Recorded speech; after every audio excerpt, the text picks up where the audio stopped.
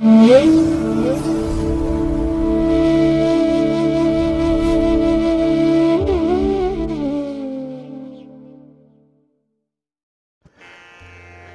ಮಹಾಗಣಪತಿಯೇ ನಮಃ. ಶ್ರೀ ಗುರುಭ್ಯೋ ನಮಃ. ಹರಿ ಓಂ. ಸಿರಿಗನ್ನಡ ಸುದ್ದಿವಾಹಿನಿಯ ಸದಭಿಮಾನದ ಸಹೃದಯ ವೀಕ್ಷಕ ಮಹಾಶಯರೇ, ತಮಗೆಲ್ಲರಿಗೂ ಕೂಡ ಸಿರಿಗನ್ನಡ ಸುದ್ದಿವಾಹಿನಿಗೆ ಸ್ವಾಗತ. ದಯಾಮಯನಾದಂಥ ಭಗವಂತನ ಅನುಗ್ರಹ ತಮ್ಮೆಲ್ಲರಿಗೆ ಪ್ರಾಪ್ತಿಯಾಗಲಿ, ತಮ್ಮೆಲ್ಲರ ಜೀವನ ಆರೋಗ್ಯದಾಯಕವಾಗಿರಲಿ, ಸಂತೃಪ್ತಿದಾಯಕವಾಗಿರಲಿ ಎಂದು ಭಗವಂತನಲ್ಲಿ ಪ್ರಾರ್ಥನೆಯನ್ನು ಮಾಡ್ತಾ ಈ ದಿನದ ವಿಶೇಷ ಕಾರ್ಯಕ್ರಮವನ್ನು ನೋಡೋಣ. ಹಾಗೆ ದ್ವಾದಶ ರಾಶಿಯವರ ಗೋಚಾರ ಫಲಗಳು ಹೇಗಿವೆ ಅನ್ನೋದನ್ನು ಕೂಡ ತಿಳಿಯೋಣ ಬನ್ನಿ. ವೀಕ್ಷಕರೇ, ಈ ದಿನ ತಮ್ಮ ಹುಟ್ಟುಹಬ್ಬವನ್ನು ಆಚರಿಸ್ಕೊಳ್ತಾ ಇರುವಂಥ ತಮಗೆಲ್ಲರಿಗೂ ಕೂಡ ಹುಟ್ಟುಹಬ್ಬದ ಶುಭಾಶಯಗಳು. ಹಾಗೆ ಈ ದಿನಾಂಕದಂದು ವಿವಾಹವಾಗಿರುವಂಥ ದಂಪತಿಗಳಿಗೂ ಕೂಡ ವಿವಾಹ ವಾರ್ಷಿಕೋತ್ಸವದ ಶುಭಾಶಯಗಳನ್ನು ಹೇಳ್ತಾ ಭಗವಂತ ತಮಗೆಲ್ಲರಿಗೂ ಕೂಡ ಸಕಲ ಸನ್ಮಂಗಳಗಳನ್ನು ಕರುಣಿಸಲಿ ಅಂತ ಹೇಳಿ ಸಿರಿಗನ್ನಡ ಸುದ್ದಿವಾಹಿನಿಯ ಪರವಾಗಿ ಪ್ರಾರ್ಥಿಸುತ್ತೇನೆ. ಪ್ರೀತಿಯ ವೀಕ್ಷಕ ಬಂಧುಗಳೇ, ಈ ದಿನ 2025 ಜನವರಿ ತಿಂಗಳ 2ನೇ ತಾರೀಕು ಬೃಹಸ್ಪತಿ ವಾಸರ, ಅಂದರೆ ಗುರುವಾರ. ಈ ಗುರುವಾರದ ನಿತ್ಯ ಪಂಚಾಂಗ ಫಲ ಹೇಗಿದೆ ನೋಡೋಣ ಬನ್ನಿ. ಶ್ರೀ ಕ್ರೋಧಿ ನಾಮ ಸಂವತ್ಸರೆ, ದಕ್ಷಿಣಾಯನೆ, ಹೇಮಂತ ಋತು, ಪುಷ್ಯಮಾಸ, ಶುಕ್ಲ ಪಕ್ಷದ ತದಿಗೆಯ ತಿಥಿ ಈ ದಿನ ಇದೆ, ಅಂದರೆ 3ನೇ ದಿವಸ ಇದು ಈ ದಿನ ರಾತ್ರಿ 2:05 ಇರಲಿದೆ. ನಂತರ ಚತುರ್ಥಿಯ ತಿಥಿ ಆರಂಭ ಆಗುತ್ತೆ. ಈ ದಿನದ ನಕ್ಷತ್ರ ಶ್ರವಣ ನಕ್ಷತ್ರ. ಇದು ಈ ದಿನ ರಾತ್ರಿ 12:32 ಇರಲಿದೆ. ನಂತರ ಧನಿಷ್ಠ ನಕ್ಷತ್ರ ಆರಂಭ ಆಗುತ್ತೆ. ಈ ದಿನದ ಕರ್ಣ ಪೂರ್ವಕರ್ಣ ತೈತಿಲ. ಇದು ಈ ದಿನ ಮಧ್ಯಾಹ್ನ 1:50 ಇರಲಿದೆ. ನಂತರ ಉತ್ತರ ಕರ್ಣ ಗರಜ ಆರಂಭ ಆಗುತ್ತೆ. ಈ ದಿನದ ಯೋಗ ಹರ್ಷಣ ಯೋಗ. ಇದು ಈ ದಿನ ಮಧ್ಯಾಹ್ನ 2:57 ಇರಲಿದೆ. ನಂತರ ವಜ್ರ ಯೋಗ ಆರಂಭ ಆಗುತ್ತೆ. ಈ ದಿನ ದಿಕ್ಷೂಲೆ ಇರುವಂಥದ್ದು ದಕ್ಷಿಣ ದಿಕ್ಕಿಗೆ. ಇನ್ನು ಈ ದಿನ ಸೂರ್ಯ ಇರುವಂಥ ರಾಶಿ ಧನಸ್ಸು, ಚಂದ್ರ ಇರುವಂಥ ರಾಶಿ ಮಕರ. ಹಾಗೆ ಈ ದಿನ ರಾಹುಕಾಲ ಇರುವಂಥ ಸಮಯ ಈ ದಿನ ಮಧ್ಯಾಹ್ನ 1:52 ಮಧ್ಯಾಹ್ನ 3:18 ಉಳಿಕ ಕಾಲ ಈ ದಿನ ಬೆಳಿಗ್ಗೆ 9:35 ಬೆಳಿಗ್ಗೆ 11:01 ಹಾಗೆ ಯಮಗಂಡ ಕಾಲ ಈ ದಿನ ಬೆಳಿಗ್ಗೆ 6:44 ಬೆಳಿಗ್ಗೆ 8:09 ಇರಲಿದೆ. ಇನ್ನು ಈ ದಿನ ದುಷ್ಟ ಮುಹೂರ್ತ ಇರುವಂಥ ಸಮಯ ಈ ದಿನ ಬೆಳಿಗ್ಗೆ 10:41 ಬೆಳಿಗ್ಗೆ 11:22 ಹಾಗೆ ಮಧ್ಯಾಹ್ನ 2:50 ಅಪರಾಹ್ನ 3:31 ದುಷ್ಟ ಮುಹೂರ್ತದ ಸಮಯ. ಹಾಗಾಗಿ ಈ ಸಮಯದಲ್ಲಿ ಯಾವುದೇ ಪ್ರಯಾಣವನ್ನಾಗಲಿ ಯಾವುದೇ ಶುಭ ಕಾರ್ಯಗಳನ್ನಾಗಲಿ ಆರಂಭ ಮಾಡಬೇಡಿ. ಏಕೆಂದರೆ ನೀವು ಯಾವುದೇ ಕೆಲಸ ಕಾರ್ಯಗಳನ್ನು ಈ ದುಷ್ಟ ಮುಹೂರ್ತ ಇರುವಂಥ ಸಮಯದಲ್ಲಿ ಆರಂಭ ಮಾಡಿದರೆ ಅದರಿಂದ ಬರುವಂಥ ಫಲಿತಾಂಶಗಳು ಅಷ್ಟೊಂದು ಅನುಕೂಲಕರವಾಗಿ ಇರೋದಿಲ್ಲ. ಆದ್ದರಿಂದಲೇ ಈ ದುಷ್ಟ ಮುಹೂರ್ತವನ್ನು ಅವಾಯ್ಡ್ ಮಾಡುವಂಥದ್ದು ತುಂಬ ಉತ್ತಮ. ಇನ್ನು ಈ ದಿನ ಅಭಿಜಿತ್ ಮುಹೂರ್ತ ಇರುವಂಥ ಸಮಯ ಈ ದಿನ ಮಧ್ಯಾಹ್ನ 12:04 ಮಧ್ಯಾಹ್ನ 12:45 ಅಭಿಜಿತ್ ಮುಹೂರ್ತ ಇರುವಂಥ ಸಮಯ. ಇನ್ನು ಈ ದಿನ ವಿಶೇಷವಾಗಿ ಅಮೃತ ಕಾಲ ಇರುವಂಥ ಸಮಯ ಅಂತ ಹೇಳಿದ್ರೆ ಈ ದಿನ ಮಧ್ಯಾಹ್ನ 12:36 ಮಧ್ಯಾಹ್ನ 1:58 ಅಮೃತ ಕಾಲದ ಸಮಯ. ಹಾಗೆ ಈ ದಿನ ಸೂರ್ಯೋದಯ ಆಗುವಂಥ ಸಮಯ ಈ ದಿನ ಪ್ರಾತಃ ಕಾಲ 6:41 ಸೂರ್ಯಾಸ್ತ ಸಂಜೆ 6:01. ಇನ್ನು ಈ ದಿನ ಚಂದ್ರನ ಬಲ ಇರುವಂಥ ರಾಶಿಗಳು ಅಂತ ಹೇಳಿದ್ರೆ ಮೇಷ, ಕರ್ಕಾಟಕ, ಸಿಂಹ, ವೃಶ್ಚಿಕ, ಮಕರ ಮತ್ತು ಮೀನ. ಈ 6 ರಾಶಿಯವರಿಗೆ ಗೋಚಾರದಲ್ಲಿ ಚಂದ್ರನಿಂದ ಶುಭ ಫಲಗಳ ಯೋಗ ಇರುತ್ತೆ. ಅದನ್ನು ಮುಂದೆ ದ್ವಾದಶ ರಾಶಿಯವರ ಗೋಚಾರ ಫಲಗಳನ್ನು ನೋಡುವಂಥ ಸಂದರ್ಭದಲ್ಲಿ ಮತ್ತಷ್ಟು ವಿಚಾರಗಳನ್ನು ತಿಳ್ಕೊಳ್ಳೋಣ. ಇನ್ನು ಈ ದಿನದ ಹೊರದ ಅಧಿಪತಿ ಗುರು ಅಂತ ಹೇಳಿದ್ರೆ ಇಲ್ಲಿ ಶ್ರದ್ಧೆಗೆ, ನ್ಯಾಯಕ್ಕೆ, ಜ್ಞಾನಕ್ಕೆ, ಧರ್ಮಕ್ಕೆ, ಗೌರವಕ್ಕೆ, ಭಾಗ್ಯಕ್ಕೆ, ಪಾಂಡಿತ್ಯಕ್ಕೆ ಕಾರಕನಾಗಿರುವಂಥವನು ಗುರು. ಹಾಗಾಗಿ ನಮ್ಮ ಜೀವನದಲ್ಲಿ ನಾವು ಏನಾದರೂ ಒಂದು ಸಂಪತ್ತನ್ನು ಗಳಿಸ್ಕೊಳ್ಬೇಕು, ಒಂದು ಜ್ಞಾನವನ್ನು ಗಳಿಸ್ಕೊಳ್ಬೇಕು, ಒಂದು ಪಾಂಡಿತ್ಯವನ್ನು ಗಳಿಸ್ಕೊಳ್ಬೇಕು, ಹಾಗೆ ಸದ್ಗುಣಗಳಿರಬೇಕು, ಶ್ರದ್ಧೆ ಇರಬೇಕು, ದೈವಭಕ್ತಿ ಇರಬೇಕು, ನ್ಯಾಯಯುತವಾಗಿ ನಡಿಬೇಕು, ಇದಕ್ಕೆಲ್ಲ ಕಾರಕನಾಗಿರುವಂಥವನು ಗುರು. ಹಾಗಾಗಿ ಈ ದಿನದ ಕೆಲಸ ಕಾರ್ಯಗಳು ಯಶಸ್ವಿ ಆಗಬೇಕು ಅಂತ ಹೇಳಿದ್ರೆ ಈ ಗುರುವಿನ ಅನುಗ್ರಹ ನಮಗೆ ಬೇಕೇ ಬೇಕಾಗತ್ತೆ. ಹಾಗೆ ಈ ದಿನದಲ್ಲಿ ನಮಗೆ ಒಂದು ಭಾಗ್ಯೋದಯ ಆಗುವಂಥದ್ದಾಗಲಿ, ಧನಪ್ರಾಪ್ತಿ ಆಗುವಂಥದ್ದು, ಪುತ್ರ ಪ್ರಾಪ್ತಿ ಆಗುವಂಥದ್ದು, ಅದು ಕೂಡ ಗುರುವಿನ ಕಾರಕತ್ವಗಳಲ್ಲಿ ಇರುವಂಥದ್ದು. ಹಾಗಾಗಿ ಈ ದಿನ ಎಲ್ಲ ಕೆಲಸ ಕಾರ್ಯಗಳಿಗೂ ಕೂಡ ತುಂಬ ಶುಭಕರವಾಗಿರುವಂಥ ಸಮಯ ಇದೆ. ಆದರೆ ಈ ದಿನ ಇರುವಂಥ ಈ ಮಧ್ಯಾಹ್ನದ ಈ ರಾಹುಕಾಲ ಏನಿದೆ ಅದು ಗುರುಹೋರಾದಲ್ಲಿ ಸೇರ್ಪಡೆಯಾಗ್ಬಿಟ್ಟಿದೆ. ಹಾಗಾಗಿ ಗುರುಹೋರ ಇರುವಂಥ ಸಮಯ ಈ ದಿನ ಬೆಳಿಗ್ಗೆ 6 ಗಂಟೆ 42 ನಿಮಿಷದಿಂದ ಬೆಳಿಗ್ಗೆ 7 ಗಂಟೆ 38 ನಿಮಿಷದವರೆಗೆ. ಹಾಗೆ ಮಧ್ಯಾಹ್ನ 1 ಗಂಟೆ 20 ನಿಮಿಷದಿಂದ ಮಧ್ಯಾಹ್ನ 2 ಗಂಟೆ 17 ನಿಮಿಷದವರೆಗೆ. ಇನ್ನು ರಾತ್ರಿ 8 ಗಂಟೆ 11 ನಿಮಿಷದಿಂದ ರಾತ್ರಿ 9 ಗಂಟೆ 14 ನಿಮಿಷದವರೆಗೆ ಗುರುಹೋರ ಇರುವಂಥ ಸಮಯ. ಇನ್ನು ಈ ದಿನ ಶನಿಹೋರ ಇರುವಂಥ ಸಮಯ ಅಂತ ಹೇಳಿದ್ರೆ ಇದು ಈ ದಿನ ಪ್ರಾತಃ ಕಾಲ 5 ಗಂಟೆ 38 ನಿಮಿಷದಿಂದ ಬೆಳಿಗ್ಗೆ 6 ಗಂಟೆ 41 ನಿಮಿಷದವರೆಗೆ. ಇನ್ನು ಮಧ್ಯಾಹ್ನ 12 ಗಂಟೆ 23 ನಿಮಿಷದಿಂದ ಮಧ್ಯಾಹ್ನ 1 ಗಂಟೆ 20 ನಿಮಿಷದವರೆಗೆ. ಹಾಗೆ ರಾತ್ರಿ 7 ಗಂಟೆ 8 ನಿಮಿಷದಿಂದ ರಾತ್ರಿ 8 ಗಂಟೆ 11 ನಿಮಿಷದವರೆಗೆ ಶನಿಹೋರ ಇರುವಂಥ ಸಮಯ. ಈ ಸಮಯದಲ್ಲಿ ನೀವು ಯಾವುದಾದ್ರೂ ಕೆಲಸಗಳನ್ನು ಆರಂಭ ಮಾಡಿದ್ರೆ ಅದು ಮಂದಗತಿಯಲ್ಲಿ ನಡೆಯುತ್ತೆ. ಹಾಗಾಗಿ ನಿಧಾನವಾಗಿ ಫಲಿತಾಂಶಗಳು ಬರುತ್ತೆ. ಹಾಗಾಗಿನೇ ಪ್ರಮುಖವಾದಂತಹ ಕೆಲಸ ಕಾರ್ಯಗಳನ್ನು ಆದಷ್ಟು ಶನಿಹೋರದಲ್ಲಿ ಆರಂಭ ಮಾಡಬೇಡಿ. ಇನ್ನು ಈ ದಿನ ಇರುವಂಥ ಬುಧಹೋರ ಏನಿದೆ ಇದನ್ನು ಸ್ವಲ್ಪ ಅವಾಯ್ಡ್ ಮಾಡಬೇಕು.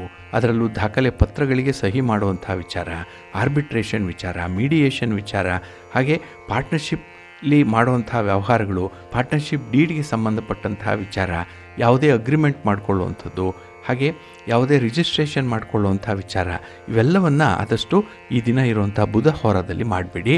ಅಷ್ಟೊಂದು ಅನುಕೂಲಕರವಾದಂಥ ಒಂದು ಫಲಿತಾಂಶ ನಿಮಗೆ ಸಿಕ್ಕಲ್ಲ. ಹಾಗಾಗಿ ಈ ದಿನ ಬುಧ ಹೋರ ಇರುವಂಥ ಸಮಯ ಬೆಳಿಗ್ಗೆ 10 ಗಂಟೆ 29 ನಿಮಿಷದಿಂದ ಬೆಳಿಗ್ಗೆ 11 ಗಂಟೆ 26 ನಿಮಿಷದವರೆಗೆ.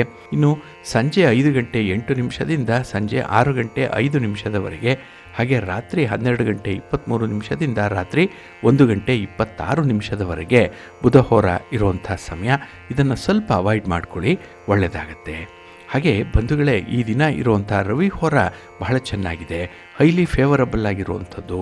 ಅದರಲ್ಲೂ ಈ ಅಗ್ರಿಮೆಂಟ್ ವಿಚಾರದಲ್ಲಿ, ಯಾವುದೇ ದಾಖಲೆ ಪತ್ರಗಳಿಗೆ ಸಹಿ ಮಾಡುವಂಥ ವಿಚಾರದಲ್ಲಿ, ಹಾಗೆ ಪಾರ್ಟ್ನರ್ಶಿಪ್ ಡೀಡ್ಗೆ ಸಂಬಂಧಪಟ್ಟಂತಹ ವಿಚಾರಗಳಲ್ಲಿ ಯಾವುದೇ ಒಂದು ತೀರ್ಮಾನ ತೆಗೆದುಕೊಂಡ್ರೂ ಬಹಳ ಅದ್ಭುತವಾಗಿ ನಡೆಯುತ್ತೆ ಈ ದಿನ ಇರುವಂಥ ರವಿ ಹೋರಾದಲ್ಲಿ. ರಾಜಕಾರಣಿಗಳಿಗೂ ತುಂಬ ಅನುಕೂಲಕರವಾಗಿರುವಂಥ ಹೊರ ಇದು. ಇನ್ನು ಸರ್ಕಾರದ ಮಟ್ಟದಲ್ಲಿ ಆಗಬೇಕಾಗಿರೋ ಕೆಲಸ ಕಾರ್ಯಗಳನ್ನು ಫಾಲೋ ಅಪ್ ಮಾಡುವಂಥ ವಿಚಾರವನ್ನು ಕೂಡ ಈ ದಿನ ಇರುವಂಥ ರವಿ ಹೋರಾದಲ್ಲಿ ಮಾಡಿ ಒಳ್ಳೆಯ ಫಲಿತಾಂಶ ನಿಮಗೆ ಸಿಕ್ಕತ್ತೆ. ಹಾಗಾಗಿ ರವಿ ಹೋರ ಇರುವಂಥ ಸಮಯ ಈ ದಿನ ಬೆಳಿಗ್ಗೆ 8 ಗಂಟೆ 35 ನಿಮಿಷದಿಂದ ಬೆಳಿಗ್ಗೆ 9 ಗಂಟೆ 32 ನಿಮಿಷದವರೆಗೆ. ಹಾಗೆ ಅಪರಾಹ್ನ 3 ಗಂಟೆ 14 ನಿಮಿಷದಿಂದ ಅಪರಾಹ್ನ 4 ಗಂಟೆ 11 ನಿಮಿಷದವರೆಗೆ. ಇನ್ನು ರಾತ್ರಿ 10 ಗಂಟೆ 17 ನಿಮಿಷದಿಂದ ರಾತ್ರಿ 11 ಗಂಟೆ 20 ನಿಮಿಷದವರೆಗೆ ರವಿ ಹೋರ ಇರುವಂಥ ಸಮಯ. ಇದನ್ನು ನೀವು ಅನುಸರಣೆ ಮಾಡ್ಬೋದು. ತುಂಬ ಫೇವರಬಲ್ ಆಗಿರೋದರಿಂದ ಒಳ್ಳೆಯ ಫಲಿತಾಂಶಗಳು ನಿಮ್ಮ ಪ್ರಯತ್ನಕ್ಕೆ ಸಿಕ್ಕತ್ತೆ. ಹಾಗೆ ಈ ದಿನ ಇರುವಂಥ ಶುಕ್ರ ಹೋರ ಕೂಡ ಬಹಳ ಚೆನ್ನಾಗಿದೆ. ಹಾಗೆ ಈ ವಿವಾಹಕ್ಕೆ ಸಂಬಂಧಪಟ್ಟಂಥ ಯಾವುದೇ ಚಟುವಟಿಕೆಗಳನ್ನು ಈ ದಿನ ಇರುವಂಥ ಶುಕ್ರ ಹೋರಾದಲ್ಲಿ ಮಾಡಬಹುದು. ಹಾಗೆ ಈ ವಿವಾಹಕ್ಕೆ ಸಂಬಂಧಪಟ್ಟಂಥ ಯಾವುದೇ ರೀತಿಯ ನೆಗೋಷಿಯೇಷನ್ಸ್ ಆಗಲಿ, ಯಾವುದೇ ವಸ್ತುಗಳ ಖರೀದಿ ಆಗಲಿ, ಹಾಗೆ ಈ ರೇಷ್ಮೆ ವ್ಯಾಪಾರಿಗಳಿಗೆ, ಇಂಟೀರಿಯರ್ ಡಿಸೈನರ್ಸ್ಗೂ ಕೂಡ ತುಂಬ ಅನುಕೂಲ ಇರುವಂಥ ಸಮಯ ಅಂತ ಹೇಳಿದರೆ ಈ ದಿನ ಇರುವಂಥ ಶುಕ್ರ ಹೋರ. ಹಾಗಾಗಿ ಶುಕ್ರ ಹೋರ ಇರುವಂಥ ಸಮಯ ಬೆಳಿಗ್ಗೆ 9 ಗಂಟೆ 32 ನಿಮಿಷದಿಂದ ಬೆಳಿಗ್ಗೆ 10 ಗಂಟೆ 29 ನಿಮಿಷದವರೆಗೆ. ಇನ್ನು ಅಪರಾಹ್ನ 4 ಗಂಟೆ 11 ನಿಮಿಷದಿಂದ ಅಪರಾಹ್ನ 5 ಗಂಟೆ 8 ನಿಮಿಷದವರೆಗೆ. ಹಾಗೆ ರಾತ್ರಿ 11 ಗಂಟೆ 20 ನಿಮಿಷದಿಂದ ರಾತ್ರಿ 12 ಗಂಟೆ 33 ನಿಮಿಷದವರೆಗೆ ಶುಕ್ರ ಹೋರ ಇರುವಂಥ ಸಮಯ. ಇದನ್ನು ನೀವು ಅನುಸರಣೆ ಮಾಡಬಹುದು, ಒಳ್ಳೆಯದಾಗತ್ತೆ. ಹಾಗಾಗಿ ಬಂಧುಗಳೇ, ನಿಮ್ಮ ಕೆಲಸ ಕಾರ್ಯಗಳನ್ನು, ನಿಮ್ಮ ಯಾವುದೇ ಚಟುವಟಿಕೆಗಳನ್ನು ಒಳ್ಳೆಯ ಸಮಯದಲ್ಲಿ ಆರಂಭ ಮಾಡಿ. ಒಳ್ಳೆಯ ಮುಹೂರ್ತ ಯಾವುದಿದೆ ಅನ್ನೋವಂಥದ್ದನ್ನು ತಿಳ್ಕೊಳ್ಳಿ. ಪ್ರತಿನಿತ್ಯ ಸಿರಿಗನ್ನಡ ಸುದ್ದಿವಾಹಿನಿ ಪ್ರಸಾರ ಮಾಡುವಂಥ ಈ ಪಂಚಾಂಗದ ವಿವರಗಳನ್ನು ಕೇಳಿಸ್ಕೊಳ್ಳಿ. ಇದರಲ್ಲಿ ನಿಮಗೆ ಬೇಕಾದಂಥ ಮಾಹಿತಿಗಳು ಸಿಕ್ಕತ್ತೆ. ಅದನ್ನು ಅನುಸರಣೆ ಮಾಡೋದ್ರಿಂದ ಖಂಡಿತ ನಿಮ್ಮ ಪ್ರಯತ್ನ ಯಶಸ್ವಿಯಾಗತ್ತೆ. ನೀವು ಅಂದುಕೊಂಡಂಥ ಫಲಿತಾಂಶವನ್ನು ಪಡ್ಕೊಳ್ಳಿಕ್ಕೂ ಕೂಡ ಇದು ತುಂಬ ಫೇವರಬಲ್ ಆಗಿರುತ್ತೆ.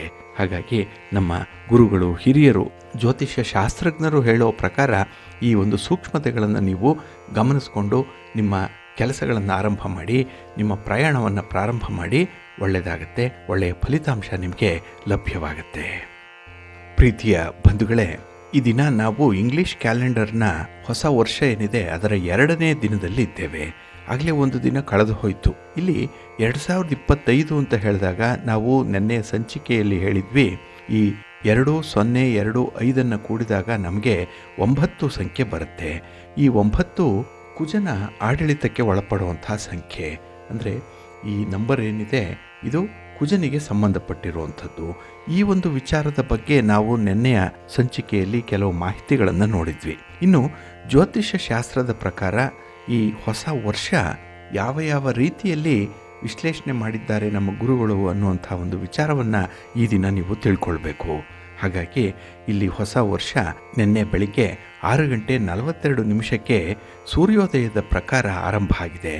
ಇಲ್ಲಿ ಕೆಲವು ವಿಚಾರಗಳನ್ನು ಈ ಕುಂಡಲಿಯ ಆಧಾರದಲ್ಲಿ ನಾವು ಹೊಸ ವರ್ಷದ ಫಲಗಳ ಚಿಂತನೆಯನ್ನು ಮಾಡಬಹುದು. ಈಗಾಗಲೇ ನಿನ್ನೆಯ ದಿನದ ಮಟ್ಟಿಗೆ ಹೇಳೋದಾದರೆ ಇಲ್ಲಿ ಭಚಕ್ರದಲ್ಲಿ ವೃಷಭ ರಾಶಿಯಲ್ಲಿ ಗುರು, ಹಾಗೆ ಕರ್ಕಾಟಕ ರಾಶಿಯಲ್ಲಿ ಕುಜ, ಕನ್ಯಾ ರಾಶಿಯಲ್ಲಿ ಕೇತು, ಇನ್ನು ವೃಶ್ಚಿಕ ರಾಶಿಯಲ್ಲಿ ಬುಧ, ಧನು ರಾಶಿಯಲ್ಲಿ ರವಿ, ಹಾಗೆ ಕುಂಭರಾಶಿಯಲ್ಲಿ ಶನಿ ಮತ್ತು ಶುಕ್ರರಿದ್ದಾರೆ. ಇನ್ನು ಮೀನ ರಾಶಿಯಲ್ಲಿ ರಾಹು ಸ್ಥಿತನಾಗಿದ್ದಾನೆ. ಇನ್ನು ಚಂದ್ರ ನಿನ್ನೆಯ ದಿನ ಮಕರ ರಾಶಿಯಲ್ಲಿ ಸ್ಥಿತನಾಗಿದ್ದ. ಹಾಗಾಗಿ ನಾವು ಭಚಕ್ರದಲ್ಲಿ ಯಾವ ಯಾವ ರಾಶಿಯಲ್ಲಿ ಯಾವ ಯಾವ ಗ್ರಹಗಳು ಸ್ಥಿತವಾಗಿದೆ ಅನ್ನುವಂಥ ವಿಚಾರಗಳನ್ನು ನೋಡಿದ್ರೆ ಇಲ್ಲಿ ಈ ವರ್ಷದ ಅಂದರೆ 2025ರ ಫಲಗಳ ಚಿಂತನೆಯನ್ನು ಮಾಡಲಿಕ್ಕೆ ಸಾಧ್ಯ ಆಗುತ್ತೆ. ಹಾಗೆ ನಿನ್ನೆಯ ದಿನ ಹೊಸ ವರ್ಷ ಆರಂಭ ಆಗಿರುವಂಥ ಸಂದರ್ಭ ಬುಧವಾರದ ದಿನ. ಇಲ್ಲಿ ಬುಧ ಹೊರೆಯ ಕಾಲದಲ್ಲಿ ಹೊಸ ವರ್ಷ ಆರಂಭ ಆಗಿದೆ. ಹಾಗಾಗಿ ನಾವು ಪ್ರತಿನಿತ್ಯ ಈ ಹೊರವನ್ನು ಹೇಳ್ತೀವಿ. ಈ ಬುಧ ಹೊರ ಅನ್ನುವಂಥದ್ದು ವ್ಯಾಪಾರ ವ್ಯವಹಾರಗಳಿಗೆ, ಗಣಿತಕ್ಕೆ, ಲೆಕ್ಕಾಚಾರಕ್ಕೆ ಕಾರಕನಾಗಿರುವಂಥ ಬುಧನ ವಾರ ಇದು. ಹಾಗಾಗಿ ಪ್ರಪಂಚದಲ್ಲಿ ಬಹಳಷ್ಟು ಬುದ್ಧಿವಂತರು ಮಾಡ್ತಾ ಇರುವಂಥ ಕೆಲಸ ಅಂತ ಹೇಳಿದ್ರೆ ವ್ಯಾವಹಾರಿಕ, ಅಂದರೆ ವ್ಯವಹಾರ ಮನೋಭಾವದಲ್ಲಿರುವಂಥವರು ಅವರು ವ್ಯವಹಾರವನ್ನು ಮಾಡ್ತಾ ಇರ್ತಾರೆ, ಬಿಸ್ನೆಸ್ಸನ್ನು ಮಾಡ್ತಾರೆ. ಪ್ರತಿದಿನ ನಾವು ಮಾಡುವಂಥ ಎಲ್ಲ ಕೆಲಸಗಳು ಒಂದು ರೀತಿಯಲ್ಲಿ ವ್ಯವಹಾರದಲ್ಲೇ ಇರುವಂಥದ್ದು. ಏಕೆಂದರೆ ಇಲ್ಲಿ ಲಾಭ ನಷ್ಟಗಳ ತುಲನೆ ಆಗ್ತಾ ಇರುತ್ತೆ. ಹಾಗಾಗಿನೇ ನಮ್ಮ ಸುರಕ್ಷತೆ, ನಮ್ಮ ಗುರಿಯ ಉದ್ದೇಶ ಸಾಧನೆ, ಇದರ ಜೊತೆಗೆ ಹಲವಾರು ರೀತಿಯ ಜೀವನ ಶೈಲಿಯ ಬದಲಾವಣೆ ಆಗುವಂಥದ್ದು ಈ ಬುಧನಿಂದ. ಹಾಗೆ ಈ ತಾಂತ್ರಿಕ ವಿಭಾಗಕ್ಕೆ ಸಂಬಂಧಪಟ್ಟ ಹಾಗೆ ಕೂಡ ಮನುಷ್ಯರೆಲ್ಲರೂ ಕೂಡ ಹೆಚ್ಚಿನ ತಾಂತ್ರಿಕ ವ್ಯವಸ್ಥೆಯಲ್ಲಿ ತಮ್ಮನ್ನು ತೊಡಗಿಸ್ಕೊಂಡಿದ್ದಾರೆ. ಇಲ್ಲಿ ಬಹಳ ಸ್ಪಷ್ಟವಾದ ಒಂದು ಸಣ್ಣ ಉದಾಹರಣೆಯನ್ನು ಹೇಳುವಂಥದ್ದು, ಪ್ರತಿಯೊಬ್ಬರ ಕೈಯಲ್ಲೂ ಮೊಬೈಲ್ ಇದ್ದೇ ಇದೆ. ಇದು ತಂತ್ರಜ್ಞಾನಕ್ಕೆ ಸಂಬಂಧಪಟ್ಟಂಥ ವಿಚಾರ. ಹಾಗಾಗಿ ಎಷ್ಟೋ ವ್ಯವಹಾರಗಳು ಮೊಬೈಲ್ನಲ್ಲೇ ನಡೆದು ಹೋಗುವಂಥದ್ದು. ಒಂದು ಕಮ್ಯುನಿಕೇಷನ್ ಆಗಲಿ, ಒಂದು ಕ್ಯಾಲ್ಕುಲೇಷನ್ ಆಗಲಿ, ಅಥವಾ ಒಬ್ಬರ ವಿಚಾರಗಳನ್ನು ಅವರ ಡೀಟೇಲ್ಸನ್ನು ಹಿಡಿದಿಟ್ಕೊಳ್ಳುವಂಥದ್ದಾಗಲಿ ಎಲ್ಲವೂ ಮೊಬೈಲ್ನಲ್ಲಿ ಸಾಧ್ಯ ಇದೆ. ಹಾಗಾಗಿನೇ ನಮ್ಮ ಜೀವನ ಶೈಲಿಯೇ ಅತ್ಯಂತ ಸುಲಭದ ರೀತಿಯಲ್ಲಿ ಆಗಿರುವಂಥದ್ದು ಈ ತಂತ್ರಜ್ಞಾನದಿಂದ. ಹಾಗಾಗಿ ಈ ಬುಧ ಈ ಒಂದು ಕಾರಕಗಳಿಗೆ ಕಾರಕನಾಗಿರೋದ್ರಿಂದ ವ್ಯಾಪಾರ ವ್ಯವಹಾರ, ಅದರಲ್ಲೂ ತಂತ್ರಜ್ಞಾನ, ಇದರಲ್ಲಿ ಈ ವರ್ಷ ವಿಶೇಷವಾದಂಥ ಪ್ರಗತಿಯನ್ನು ಹೊಂದುತ್ತೆ. ಇನ್ನು ಈ ಬುಧ ಗ್ರಹ ಶ್ರೀಮನ್ ನಾರಾಯಣನ ಅಂಶ ಆಗಿರೋದ್ರಿಂದ ಕಾಲಪುರುಷ ಚಕ್ರ ನಾರಾಯಣನ ಅಂಶ ಆಗಿರುತ್ತೆ ಇಲ್ಲಿ. ಹಾಗೆ ಬುಧ ಗ್ರಹ ಅಷ್ಟಮ ಸ್ಥಾನವಾದಂತಹ ವೃಶ್ಚಿಕದಲ್ಲಿರುತ್ತೆ. ಇನ್ನು ಅದು 4ನೇ ತಾರೀಕು ವೃಶ್ಚಿಕದಿಂದ ಧನುರಾಶಿಗೆ ಹೋಗುವಂಥದ್ದು. ಆದರೆ ಈ ಹೊಸ ವರ್ಷ ಉದಯವಾಗುವಂಥ ಸಂದರ್ಭದಲ್ಲಿ ವೃಶ್ಚಿಕದಲ್ಲಿ ಸ್ಥಿತನಾಗಿದ್ದ. ಹಾಗಾಗಿ ಇಲ್ಲಿ ಭಚಕ್ರದಲ್ಲಿ ಅಷ್ಟಮದಲ್ಲಿ ಬುಧ ಇದ್ದಾನೆ. ಅನೇಕ ರೀತಿಯಲ್ಲಿ ಈ ಅಷ್ಟಮ ಅಂತ ಹೇಳಿದ್ರೆ ದುಸ್ಥಾನ ನೋಡಿ. ಅದಕ್ಕಾಗಿಯೇ ಇಲ್ಲಿ ರಹಸ್ಯ ಪ್ರಪಂಚದಲ್ಲಿ ಸಂಶೋಧನೆಗಳಾಗತ್ತೆ ಅನ್ನುವಂಥದ್ದನ್ನು ಈ ವರ್ಷ ತಿಳಿಸ್ತಾ ಇದೆ. ಆದ್ದರಿಂದ ಎಲ್ಲ ಜನರು ಈ ಪ್ರಕೃತಿಯಲ್ಲಿರುವಂಥ ಪ್ರಾಕೃತಿಕ ರಹಸ್ಯಗಳೇನಿದೆ, ಆ ಪ್ರಕೃತಿಯಲ್ಲಿ ಏನೇನು ಅಡಗಿದೆ, ಅದರ ಅದ್ಭುತಗಳೇನು ಅನ್ನುವಂಥದ್ದನ್ನು ಪರಿಚಯಿಸ್ಕೊಳ್ತಾರೆ. ಹಾಗೆ ತಂತ್ರಜ್ಞಾನದಿಂದ ಆಕಾಶ ಕಾಯಗಳಲ್ಲಿ ಯಾವ ರೀತಿಯಲ್ಲಿ ಚಲನೆಗಳಾಗ್ತಾ ಇದೆ, ಮಂಗಳ ಗ್ರಹ ಎಲ್ಲಿ, ಚಂದ್ರಗ್ರಹ ಎಲ್ಲಿ, ಅದಕ್ಕೆ ಉಪಗ್ರಹವನ್ನು ಉಡಾವಣೆ ಮಾಡುವಂಥದ್ದು, ಅಲ್ಲಿನ ಮೂಲವನ್ನು ತಿಳ್ಕೊಳ್ಳುವಂಥ ವಿಚಾರಗಳು, ಇದೆಲ್ಲವೂ ಕೂಡ ಅದ್ಭುತ ರಹಸ್ಯವನ್ನು ಭೇದಿಸುವಂಥ ಒಂದು ತಂತ್ರಜ್ಞಾನ ಈ ವರ್ಷ ಬಹಳಷ್ಟು ಮಟ್ಟಿಗೆ ಉಪಯೋಗವಾಗುತ್ತೆ. ಹಾಗೆ ಈ ತಂತ್ರಜ್ಞಾನ ಅಂತ ಹೇಳಿದ್ರೆ ಅದರ ಹಿನ್ನೆಲೆಯಲ್ಲಿ ಬುದ್ಧಿವಂತಿಕೆ ಇದೆ. ಆದ್ದರಿಂದಲೇ ಬುಧನನ್ನು ಇಲ್ಲಿ ಬುದ್ಧಿಗೆ, ವಾಕ್ಚಾತುರ್ಯಕ್ಕೆ, ಹಾಸ್ಯಕ್ಕೆ, ವಿನೋದಕ್ಕೆ, ವಿದ್ಯೆಗೆ ಕಾರಕ ಅಂತ ಹೇಳಿ ಕರೆದಿರುವಂಥದ್ದು. ಹಾಗಾಗಿ ಇಲ್ಲಿ ಉತ್ತಮ ಜ್ಞಾನದ ಜೊತೆಗೆ ಬಹಳ ಜಾಗೃತರಾಗಿ ಜನ ನಡ್ಕೊಳ್ಳುವಂಥದ್ದು ಕೂಡ ಇದೆ. ಹಾಗಾಗಿ ಈ ವರ್ಷದಲ್ಲಿ ಅತ್ಯಂತ ಬುದ್ಧಿವಂತರು ಅನ್ನಿಸ್ಕೊಳ್ಳುವಂಥದ್ದು ಪ್ರತಿಯೊಬ್ಬರಲ್ಲೂ ಒಂದು ಅಂಶ ಸೇರ್ಪಡೆಯಾಗಿದೆ. ಅಂದರೆ ನಾವು ಒಳ್ಳೆ ಕೆಲಸ ಮಾಡಬೇಕು, ನಮಗೂ ಅದರಿಂದ ಲಾಭ ಬರಬೇಕು, ನಮ್ಮನ್ನು ಜನ ಬುದ್ಧಿವಂತರು ಅಂತ ಹೇಳಿ ಪರಿಗಣಿಸಬೇಕು ಅನ್ನುವಂಥದ್ದೇ ಪ್ರತಿಯೊಬ್ಬರ ಆಶಯವಾಗಿರುತ್ತೆ. ಇಲ್ಲಿ ಪ್ರಕೃತಿಯ ರಹಸ್ಯದ ಜೊತೆ ದೈವದ ರಹಸ್ಯವನ್ನು ಕೂಡ ಈ ವರ್ಷದಲ್ಲಿ ಜನ ಕಂಡುಕೊಳ್ತಾರೆ. ಹಾಗಾಗಿನೇ ಆಧ್ಯಾತ್ಮಿಕವಾಗಿ ಅಡ್ವಾನ್ಸ್ ಆಗುವಂಥದ್ದು, ಹಾಗೆ ದೇವರ ಭಕ್ತಿ ಉಳ್ಳಂಥವ್ರಿಗೆ ದೇವರ ಅನುಗ್ರಹದ ಜೊತೆ ದೇವರನ್ನು ಕಾಣುವಂಥ ಸಂದರ್ಭ ಕೂಡ ಬರುತ್ತೆ.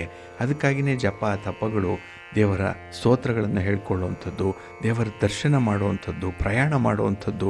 ಈ ಪ್ರಯಾಣ ಕೂಡ ನೋಡಿ, ವಿಮಾನದಲ್ಲೋ ರೈಲಿನಲ್ಲೋ ಅಥವಾ ರಸ್ತೆ ಸಂಪರ್ಕದ ಮೂಲಕನೋ ಹೋಗುವಂಥದ್ದು ಇದು ತಂತ್ರಜ್ಞಾನನೇ.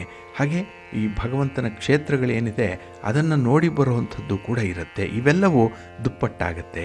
ಅಂದರೆ ಹೆಚ್ಚು ಹೆಚ್ಚು ಜನ ಧಾರ್ಮಿಕ ಕ್ಷೇತ್ರಗಳನ್ನು, ತೀರ್ಥಕ್ಷೇತ್ರಗಳನ್ನು ಸಂದರ್ಶನ ಮಾಡುವಂಥದ್ದು ಈ ವರ್ಷದಲ್ಲಿ ಹೆಚ್ಚಾಗಿರುತ್ತೆ. ಹಾಗೆ ಈ 2025 ಏನಿದೆ ಇದು ಅನೇಕ ವಿಚಾರಗಳಲ್ಲಿ ಜ್ಞಾನ ಮತ್ತು ಸಂಶೋಧನೆ, ಇದರಲ್ಲಿ ನಿಜವಾದಂತಹ ಸತ್ಯ ಏನು ಅನ್ನುವಂಥದ್ದರ ಅರಿವನ್ನು ಮೂಡಿಸುವಂಥ ಒಂದು ಪ್ರಯತ್ನ ಕೂಡ ಆಗುತ್ತೆ. ಒಟ್ಟಾರೆ ಈ 2025 ತಂತ್ರಜ್ಞಾನದ ದೃಷ್ಟಿಯಿಂದ ಕ್ರಾಂತಿಕಾರಕವಾದಂತಹ ವರ್ಷ. ಈಗಾಗಲೇ 5G ಬಂದಿದೆ, 6G ಬಂದಿದೆ ಅಂತ ಹೇಳ್ತಾರೆ. ಇನ್ನು ಯಾವ್ಯಾವುದೋ ಕ್ಷೇತ್ರಗಳಲ್ಲಿ ತುಂಬ ಅಡ್ವಾನ್ಸ್ ಆಗಿರುವಂಥದ್ದು ಇದೆ. ಹಾಗಾಗಿ ಇಡೀ ವಿಶ್ವದಲ್ಲೇ ಈ ಕ್ರಾಂತಿಕಾರಕವಾದಂಥ ಬದಲಾವಣೆಗಳು ಈ ವರ್ಷದಲ್ಲಾಗತ್ತೆ. ಆದ್ದರಿಂದಲೇ ನಮ್ಮ ಜೀವನದಲ್ಲಿ ಇದನ್ನು ಕ್ರಾಂತಿ ವರ್ಷ ಅಂತ ಹೇಳಿ ಕರೀಬಹುದು. ಹಾಗೆ ಹೆಚ್ಚಿನ ವಿಚಾರಗಳನ್ನು ಜನ ಅರ್ಥ ಮಾಡಿಕೊಳ್ಳಿಕ್ಕೆ ಪ್ರಯತ್ನ ಪಡ್ತಾರೆ. ಹಾಗಾಗಿ ಕಮ್ಯುನಿಕೇಷನ್ ಅನ್ನುವಂಥದ್ದು ಮೊದಲು ಸೀಮಿತವಾಗಿತ್ತು. ಈಗ ಸಂಪರ್ಕ ಕ್ರಾಂತಿಯಿಂದ, ಅದರಲ್ಲೂ ಈ ಮೊಬೈಲ್ ಬಳಕೆಯಿಂದ ನಾವು ಪ್ರಪಂಚದ ಯಾವುದೇ ಮೂಲೆಯಲ್ಲಿ ಯಾರೇ ಇದ್ದರೂ ಕೂಡ ಅವರನ್ನು ಈ ವಾಟ್ಸಪ್ ಮೂಲಕ, ವಿಡಿಯೋ ಕಾಲ್ ಮೂಲಕ ನಾವು ನೋಡಲಿಕ್ಕೆ, ಸಂಪರ್ಕ ಮಾಡಲಿಕ್ಕೆ ಸಾಧ್ಯ ಆಗುತ್ತೆ. ಇಂತಹ ತಂತ್ರಜ್ಞಾನ ಈ ವರ್ಷ ತುಂಬ ಅಡ್ವಾನ್ಸ್ಮೆಂಟಲ್ಲಿರುತ್ತೆ. ಹಾಗೆ ಹೆಚ್ಚಿನ ಜನ ಇಲ್ಲಿ ಬುಧವಾರ ನಾರಾಯಣನ ದಿನ ಅಂತ ಹೇಳಿದ್ವಿ. ನಾರಾಯಣನ ಅಂಶ ಬುಧವಾರಕ್ಕೆ ಸಂಬಂಧಪಟ್ಟಿರುವಂಥದ್ದು. ಹಾಗಾಗಿನೇ ಜನ ಕೃಷ್ಣನನ್ನು, ನಾರಾಯಣನನ್ನು, ವಿಷ್ಣುವನ್ನು ಆರಾಧನೆ ಮಾಡಿದರೆ ಖಂಡಿತ ಯಶಸ್ಸು ಸಿಕ್ಕತ್ತೆ ಅನ್ನುವಂಥ ಒಂದು ನಂಬಿಕೆ ಇದೆ. ಆದ್ದರಿಂದಲೇ ಬುಧವಾರ, ಬುಧ ಹೊರೆಯಲ್ಲಿ, ಧನುರ್ಮಾಸದಲ್ಲಿ, ಅಂದರೆ ಇದು ಮೋಕ್ಷ ಮಾಸ, ಇದು ಹೊಸ ವರ್ಷದ ಆರಂಭ. ಬುಧ ಕೂಡ ಮೋಕ್ಷ ಸ್ಥಾನದಲ್ಲಿರೋದ್ರಿಂದ ಬುಧನಿಂದ ವಿಷ್ಣುವಿನ ಮಾಯೆ ನಮಗೆ ಗೊತ್ತಾಗುತ್ತೆ. ಹಾಗಾಗಿ ವಿಷ್ಣುವಿನ ಬಗ್ಗೆ ಹೆಚ್ಚು ಹೆಚ್ಚು ಮಾಹಿತಿಗಳನ್ನು ತಿಳ್ಕೊಳ್ಳಿಕ್ಕೂ ಕೂಡ ನಮಗೆ ಒಂದು ಚೈತನ್ಯ ಒದಗಿ ಬರುತ್ತೆ. ಹಾಗೆ ಇನ್ನೊಂದು, ಬುಧನನ್ನು ನಾವು ಬೇರೆ ರೀತಿಯಲ್ಲಿ ವಿಶ್ಲೇಷಣೆ ಮಾಡೋದಾದರೆ ಜ್ಯೋತಿಷ್ಯ ಶಾಸ್ತ್ರದಲ್ಲಿ ತಾಂತ್ರಿಕ, ಮಾಂತ್ರಿಕ, ವಾಮ ಮಾರ್ಗದ ವಿದ್ಯೆಗೆ ಬುಧ ಕಾರಕನಾಗಿರುವಂಥವನು. ಹಾಗಾಗಿ ಈ ವಿಚಾರಗಳ ಬಗ್ಗೆ ಕೂಡ ನಾವು ಚಿಂತಿಸಬೇಕಾಗತ್ತೆ. ಏಕೆಂದರೆ ಈ ಕಾಲಪುರುಷನ ಅಷ್ಟಮ ಸ್ಥಾನ ಏನಿದೆ ಅಲ್ಲಿ ಬುಧಗ್ರಹ ಇದ್ದಾನೆ. ಈ ವಿದ್ಯೆಗಳನ್ನು, ಈ ಜ್ಞಾನಗಳನ್ನು ಅನಗತ್ಯವಾದಂತಹ ಚಿಂತನೆಗೆ, ಪ್ರಯೋಗಗಳಿಗೆ, ಇನ್ನೊಬ್ಬರ ಹಿತವನ್ನು ಹಾಳು ಮಾಡೋದಕ್ಕೆ ವಾಮ ಮಾರ್ಗದಲ್ಲಿ ಪ್ರಯೋಗ ಮಾಡಿದ್ರೆ ಅದು ಸರಿ ಬರಲ್ಲ. ಆದರೆ ಈ ವಾಮ ಮಾರ್ಗದ ಪ್ರಯೋಗಗಳೇನಿದೆ ಅದು ಈ ವರ್ಷ ಕೂಡ ಹೆಚ್ಚಾಗುತ್ತೆ. ಆದರೆ ಅದನ್ನು ಒಳ್ಳೆಯ ಉದ್ದೇಶಕ್ಕೆ ಮಾತ್ರ ಬಳಸ್ಕೊಳ್ಬೇಕು ಅನ್ನುವಂಥದ್ದನ್ನು ಇಲ್ಲಿ ಈ ತಾಂತ್ರಿಕ ಪ್ರಯೋಗ ಶಾಸ್ತ್ರಜ್ಞರು ತಿಳ್ಕೊಳ್ಬೇಕಾಗತ್ತೆ. ಇನ್ನು ಈ ಒಂದು ಸಮಯದಲ್ಲಿ ಕುಂಭಲಗ್ನ ಇತ್ತು. ಯಾವುದು ಈ ಹೊಸ ವರ್ಷ ಆರಂಭ ಆದಾಗ ಅದು ಕಾಲಪುರುಷನ ಚಕ್ರದ 11ನೇ ಮನೆಯಾಗಿರುತ್ತೆ. ಇಲ್ಲಿ 11ನೇ ಮನೆಯಲ್ಲಿ ಶನಿ ಮತ್ತು ಶುಕ್ರ ಇಬ್ಬರು ಸ್ಥಿತರಾಗಿರುವಂಥದ್ದು. ಹಾಗಾಗಿನೇ ಇಲ್ಲಿ 11ನೇ ಮನೆ ವಿಶೇಷವಾಗಿ ಲಾಭಸ್ಥಾನ. ಅದು ಅಲ್ಲಿ ಕುಂಭರಾಶಿಯ ವ್ಯಕ್ತಿಗಳ ಸಾಧನೆ. ಹಾಗಾಗಿ ಈ ವರ್ಷ ಯಾವ ವ್ಯಕ್ತಿ ಸಾಧನೆಯನ್ನು ಮಾಡ್ತಾನೆ ಅವರ ಆಕಾಂಕ್ಷೆಗಳು ಈಡೇರುತ್ತೆ ಅನ್ನುವಂಥ ನಂಬಿಕೆ ಇದೆ. ಏಕೆಂದರೆ ಇದು ಲಾಭದಲ್ಲಿ ಶನಿ ಇದ್ದು ಕಷ್ಟಪಟ್ಟು ದುಡಿಮೆ ಮಾಡುವಂಥವ್ರಿಗೆ ಶುಕ್ರ ದೆಸೆ ಇದ್ದೇ ಇರುತ್ತೆ. ಅಂಥವ್ರಿಗೆ ಶುಕ್ರನ ಅನುಗ್ರಹ ಉಂಟಾಗುತ್ತೆ. ಇಲ್ಲಿ ಶನಿ ಮತ್ತು ಶುಕ್ರ ಇಬ್ಬರು ಮಿತ್ರರಾಗಿರೋದ್ರಿಂದ ಒಟ್ಟಿಗೆ ಕೆಲಸ ಮಾಡುವಂಥದ್ದು ಇದೆ. ಅಂದರೆ ಪಾರ್ಟ್ನರ್ಶಿಪ್ಪಲ್ಲಿ ಕೆಲಸ ಮಾಡಿದ್ರೂ ಕೂಡ ಈ ವರ್ಷ ಅದ್ಭುತವಾದಂತಹ ಯಶಸ್ಸು ಸಿಕ್ಕುವಂಥದ್ದಿದೆ. ಹಾಗೆ ಕುಂಭಲಗ್ನದ ಅಧಿಪತಿ ಕುಂಭದಲ್ಲೇ ಇರೋದರಿಂದ ಜನ ತಾವು ಇಚ್ಛಿಸಿದಂತಹ, ತಾವು ಪ್ರಯತ್ನಿಸಿದಂತಹ ಕೆಲಸ ಕಾರ್ಯಗಳಲ್ಲಿ ತುಂಬ ಯಶಸ್ಸನ್ನು ಪಡ್ಕೊಳ್ಳುವಂಥದ್ದು ಕೂಡ ಇದೆ. ಆದರೆ ಈ ವಿಚಾರದಲ್ಲಿ ಶನಿಯ ತರಹವೇ ಶಿಸ್ತು, ಪ್ರಾಮಾಣಿಕತೆ ಹೊಂದಿದ್ರೆ ಮಾತ್ರ ಅವರು ಜೀವನದಲ್ಲಿ ಮುಂದೆ ಬರ್ತಾರೆ. ಹಾಗಾಗಿ ಅವರು ಕಷ್ಟಪಟ್ಟು ದುಡಿಮೆ ಮಾಡಿದ್ರೂ ಕೂಡ ಅತ್ಯುನ್ನತವಾದಂತಹ ಒಂದು ಲಾಭವನ್ನು ಪಡ್ಕೊಳ್ತಾರೆ ಈ ವರ್ಷದಲ್ಲಿ ಅನ್ನುವಂಥದ್ದನ್ನು ಇಲ್ಲಿ ಶನಿ ಮತ್ತು ಶುಕ್ರ ಗ್ರಹ ಒಟ್ಟಿಗೆ ಇರುವಂಥದ್ದು 11ನೇ ಮನೆಯಲ್ಲಿರುವಂಥದ್ದು ಸೂಚಿಸ್ತಾ ಇದೆ.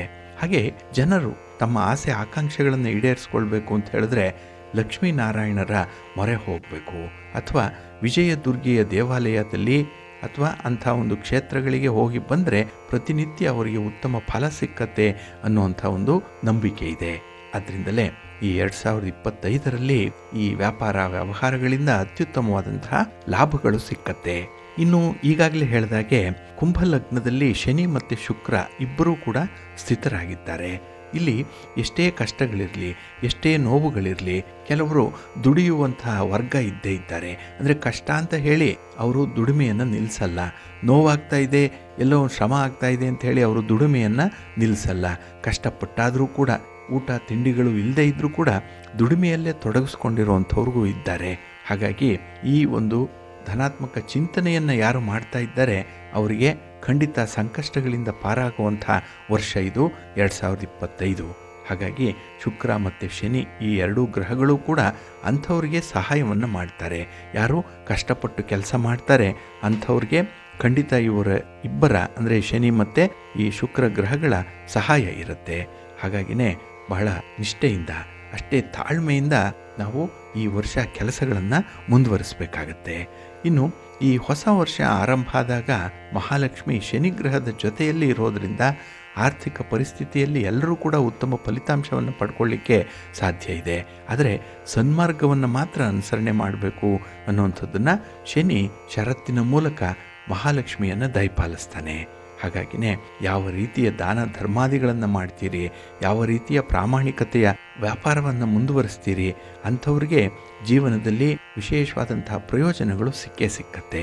ಹಾಗೆ ಭಚಕ್ರದಲ್ಲಿ ಇನ್ನು ರವಿಯ ಒಂದು ಸ್ಥಾನವನ್ನು ನೋಡೋದಾದರೆ ಅಲ್ಲಿ ಕುಂಡಲಿಯ ಮುಖ್ಯ ಗ್ರಹ ಯಾವುದು ಅಂತ ಹೇಳಿದ್ರೆ ರವಿ, ಸೂರ್ಯ ಇರುವಂಥದ್ದು ಧನುಸ್ ರಾಶಿಯಲ್ಲಿ.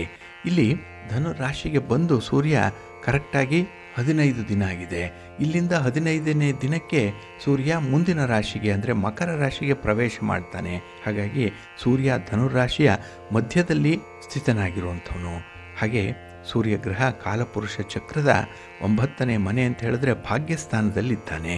ಹಾಗಾಗಿನೇ ಈ ವರ್ಷದಲ್ಲಿ ಜನ ಸೂರ್ಯನ ಆರಾಧನೆಯಿಂದ ಉತ್ತಮ ಜೀವನವನ್ನು ನಡೆಸಲಿಕ್ಕೆ ಸಾಧ್ಯ ಆಗುತ್ತೆ. ಜೊತೆಗೆ ಈ 9ನೇ ಮನೆಯಲ್ಲಿ ಸೂರ್ಯ ಇರೋದರಿಂದ ಸಾಮಾನ್ಯವಾಗಿ ಜನ ಆರೋಗ್ಯವಂತರಾಗ್ತಾರೆ.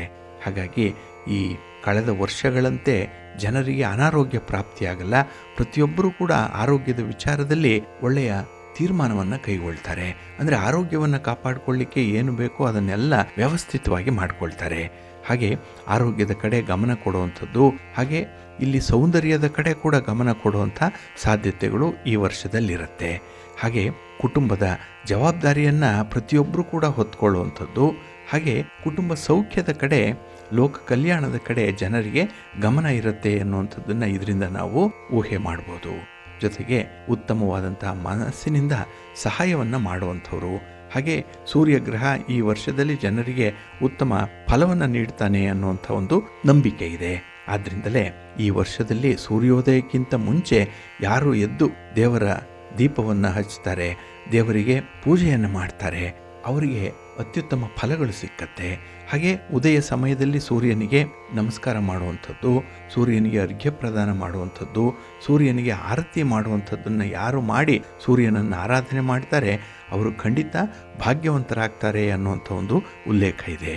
ಹಾಗೆ ಈ ಒಂದು ವರ್ಷದಲ್ಲಿ ಪ್ರತಿ ತಿಂಗಳಲ್ಲಿ ಗರ್ಭ ಭಾನುವಾರಗಳಲ್ಲಿ ಯಾರು ಶಿವನ ದೇವಾಲಯದಲ್ಲಿ ರುದ್ರಾಭಿಷೇಕವನ್ನು ಮಾಡಿಸ್ತಾರೆ ಅಥವಾ ರುದ್ರಾಭಿಷೇಕದ ಸಮಯದಲ್ಲಿ ಏನನ್ನಾದರೂ ಶಿವನಿಗೆ ಸಂಕಲ್ಪ ಮಾಡಿಕೊಂಡು ಅಭಿಷೇಕಕ್ಕೆ ಕೆಲವು ಸಾಮಗ್ರಿಗಳನ್ನು ನೀಡ್ತಾರೆ ಅಂಥವ್ರಿಗೆ ಈ ಸೂರ್ಯನ ಅಂಶದಲ್ಲಿ ಶಿವನ ಆಶೀರ್ವಾದ ಸಿಕ್ಕತ್ತೆ, ಐಶ್ವರ್ಯವಂತರಾಗಲಿಕ್ಕೆ ಇದು ಸಹಾಯ ಮಾಡುತ್ತೆ ಅನ್ನುವಂಥ ಒಂದು ಉಲ್ಲೇಖ ಇದೆ.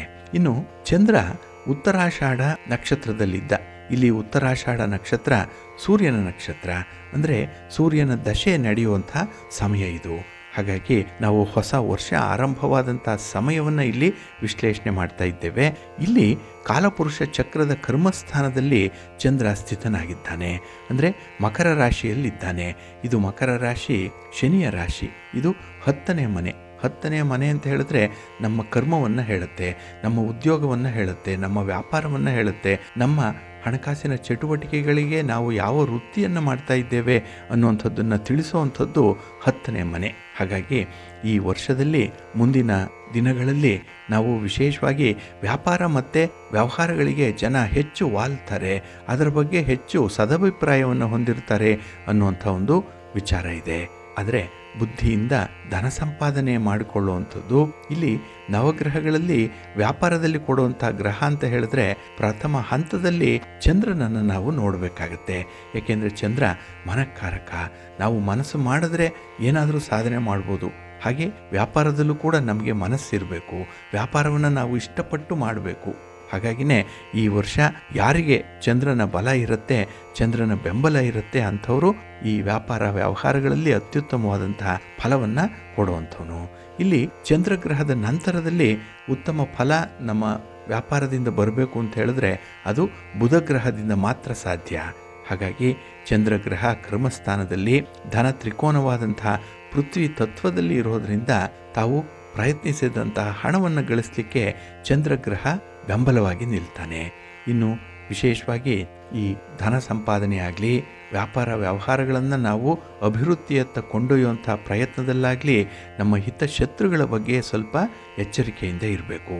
ಏಕೆಂದರೆ ನಮ್ಮ ಮರ್ಯಾದೆಯನ್ನು ತೆಗೆಯುವಂಥವರು ನಮ್ಮ ಜೊತೆ ಇರ್ತಾರೆ, ಪ್ರಾಣಕ್ಕೆ ಧಕ್ಕೆ ಕೂಡ ಉಂಟಾಗಬಹುದು. ಹಾಗಾಗಿ ಸ್ವಲ್ಪ ಎಚ್ಚರಿಕೆಯಿಂದನೇ ನಾವು ಇರಬೇಕಾಗತ್ತೆ. ಹಾಗಾಗಿ ಯಾರು ಪದ್ಮಾವತಿ ದೇವಿಯ ಕ್ಷೇತ್ರ ದರ್ಶನ ಮಾಡ್ತಾರೆ, ಹಾಗೆ ಪದ್ಮಾವತಿಯನ್ನು ಆರಾಧನೆ ಮಾಡ್ತಾರೆ, ಲಕ್ಷ್ಮಿಯನ್ನು ಯಾರು ಪ್ರಾರ್ಥನೆ ಮಾಡ್ತಾ ಇರ್ತಾರೆ, ಅಭಿಷೇಕವನ್ನು ಅಂದರೆ ಅದರಲ್ಲೂ ವಿಶೇಷವಾಗಿ ಕ್ಷೀರಾಭಿಷೇಕವನ್ನು ಮಹಾಲಕ್ಷ್ಮಿಗೆ ಮಾಡಿಸ್ತಾರೆ, ಅಂಥವರ ವೃತ್ತಿಯಲ್ಲಿ ತುಂಬ ಯಶಸ್ಸನ್ನು ಗಳಿಸ್ಕೊಳ್ತಾರೆ ಅನ್ನುವಂಥ ಒಂದು ಉಲ್ಲೇಖ ಇದೆ. ಇನ್ನು ಈ ಗುರುಗ್ರಹದ ಬಗ್ಗೆ ನೋಡೋದಾದರೆ ಗುರು ಭಚಕ್ರದಲ್ಲಿ ಧನಸ್ಥಾನದಲ್ಲಿದ್ದಾನೆ. ಗುರುಗ್ರಹ ಧನಕ್ಕೆ ಮತ್ತು ಸಂತಾನಕ್ಕೆ, ಕುಟುಂಬಕ್ಕೆ ಅಧಿಪತಿಯಾಗಿರುವಂಥವನು. ಕುಟುಂಬ ಸ್ಥಾನದಲ್ಲೇ ಗುರು ಕೂತಿದ್ದಾನೆ 2ನೇ ಮನೆಯಲ್ಲಿ. ಮತ್ತು ಚಂದ್ರ ಹಾಗೆ ಕೇತುವಿನ ಜೊತೆಯಲ್ಲಿ ತ್ರಿಕೋನವನ್ನು ಹಂಚಿಕೊಂಡಿದ್ದಾನೆ ಗುರು. ಹಾಗಾಗಿನೇ ಇಲ್ಲಿ 1, 5, 9ನೇ ಮನೆಯನ್ನು ನೋಡಿ ತ್ರಿಕೋನ ಅಂತ ಹೇಳಿರುವಂಥದ್ದು. ಇಲ್ಲಿ ಒಂದು ತ್ರಿಕೋನದಲ್ಲಿ ಗುರು, ಕೇತು ಮತ್ತು ಚಂದ್ರ 3 ಜನ ಕೂತಿರುವಂಥದ್ದು. ಹಾಗಾಗಿ ಇದನ್ನು ಧನ ತ್ರಿಕೋನ ಅಂತ ಹೇಳಿ ಕರೀತಾರೆ. ಇಲ್ಲಿ ಜನ ಗುರುವಿನಿಂದ ವಿವಾಹ ಭಾಗ್ಯವನ್ನು ಕಾಣ್ತಾರೆ, ಸಂತಾನ ಭಾಗ್ಯವನ್ನು ಕಾಣ್ತಾರೆ, ಹಾಗೆ ಧನ ಭಾಗ್ಯವನ್ನು ಕಾಣುವಂಥದ್ದು ಕೂಡ ಇದೆ. ಒಟ್ಟಾರೆ ಭಾಗ್ಯೋದಯ ಆಗುವಂಥ ಸಂದರ್ಭ ಈ ವರ್ಷದಲ್ಲಿರುತ್ತೆ. ಇನ್ನು ಕೆಲವರು ಮನೆಯನ್ನು ಕಟ್ಟಬೇಕು, ಕೆಲವರು ಈ ಭೂಮಿ ಭಾಗ್ಯವನ್ನು ಪಡ್ಕೊಳ್ಬೇಕು. ಹಾಗೆ ಈ ಕೋರ್ಟು ಕಚೇರಿಗಳಲ್ಲಿ ಯಾವುದೇ ಲಿಟಿಗೇಷನ್ಸ್ ಇರ್ಬೋದು ಈ ಭೂಮಿಗೆ ಸಂಬಂಧಪಟ್ಟಂತೆ, ಅವುಗಳು ಇತ್ಯರ್ಥ ಆಗುವಂಥದ್ದು. ಹಾಗೆ ಈ ಭೂಮಿಗೆ ಸಂಬಂಧಪಟ್ಟಂತಹ ವಿಚಾರದಲ್ಲೇ ಹೆಚ್ಚಿನ ಲಾಭವನ್ನು ಮಾಡಿಕೊಳ್ಳುವಂಥದ್ದು ಈ ವರ್ಷದಲ್ಲಿರುತ್ತೆ. ಹಾಗೆ ಇಲ್ಲಿ ಗುರುವಿನ ದೃಷ್ಟಿ ಕೇತುವಿನ ಮೇಲೆ ಇರೋದ್ರಿಂದ, ಗುರು ಮತ್ತು ಕೇತು ಇಬ್ಬರೂ ಕೂಡ ಒಂದೇ ಅಂಶದವರಾಗಿರೋದ್ರಿಂದ ಗುರುವಿನ ಜೊತೆಯಲ್ಲಿ ಕೇತು ಐಕ್ಯವಾಗುವಂಥ ಒಂದು ಆಲೋಚನೆ ಇರುತ್ತೆ. ಹಾಗಾಗಿನೇ ಇಲ್ಲಿ ಕೇತು ಯಾವುದೇ ರೀತಿಯಲ್ಲಿ ತೊಂದರೆಯನ್ನು ನೀಡಲ್ಲ. ಹಾಗೆ ಗುರು, ಕೇತು, ಚಂದ್ರರ ಸಂಯೋಜನೆ ಮನುಷ್ಯನಿಗೆ ಧರ್ಮ ಚಿಂತನೆಯನ್ನು ಹೆಚ್ಚಿಸುತ್ತೆ. ದೇವಚಿಂತನೆಯನ್ನು, ಧರ್ಮದ ಚಿಂತನೆಯನ್ನು, ಹಾಗೆ ಸಂಸ್ಕಾರ, ಸಂಪ್ರದಾಯ ಚಿಂತನೆ ಇತ್ಯಾದಿಗಳನ್ನು ಕೂಡ ಇಲ್ಲಿ ಉಲ್ಲೇಖ ಮಾಡಬಹುದು. ಹಾಗೆ ದಾನ ಧರ್ಮಾದಿಗಳನ್ನು ಕೂಡ ಮಾಡಿಸುವಂಥದ್ದು ಇಲ್ಲಿ ಗುರು, ಕೇತು ಮತ್ತು ಚಂದ್ರರ ಸಂಯೋಗ. ಹಾಗಾಗಿ ಇಲ್ಲಿ ಗುರುಗಳ ಆಶೀರ್ವಾದವನ್ನು ಪಡ್ಕೊಳ್ಳೋದ್ರಿಂದ ತಮ್ಮ ಕೆಲಸ ಕಾರ್ಯಗಳನ್ನು ಯಶಸ್ವಿಯಾಗಿ ನಿರ್ವಹಿಸ್ತಾರೆ. ಇಲ್ಲಿ ಗುರುವಿನ ಮಾರ್ಗದರ್ಶನ ಬೇಕು. ಹಾಗಾಗಿ ಅನುಭವಸ್ಥರು, ತಜ್ಞರು, ಗುರುಸ್ಥಾನದಲ್ಲಿರುವಂಥವರ ಮಾತುಗಳನ್ನು ಯಾರು ಕೇಳ್ತಾರೆ ಅವರಿಗೆ ಈ ವರ್ಷ ಅತ್ಯುತ್ತಮ ಫಲ ಸಿಕ್ಕತ್ತೆ. ಇನ್ನು ಈ ಕುಜಗ್ರಹದ ಬಗ್ಗೆ ನೋಡೋದಾದರೆ ಕಾಲಪುರುಷ ಚಕ್ರದ ಉದಯ ರಾಶಿಯ ಅಧಿಪತಿ ಕುಜ, ತನ್ನ ನೀಚ ಸ್ಥಾನದಲ್ಲಿ ಕುಜ ಇದ್ದಾನೆ. ಹಾಗಾಗಿ ಈ ವರ್ಷ ಆಕಸ್ಮಿಕ ಘಟನೆಗಳು ಸೃಷ್ಟಿಯಾಗುವಂಥದ್ದು.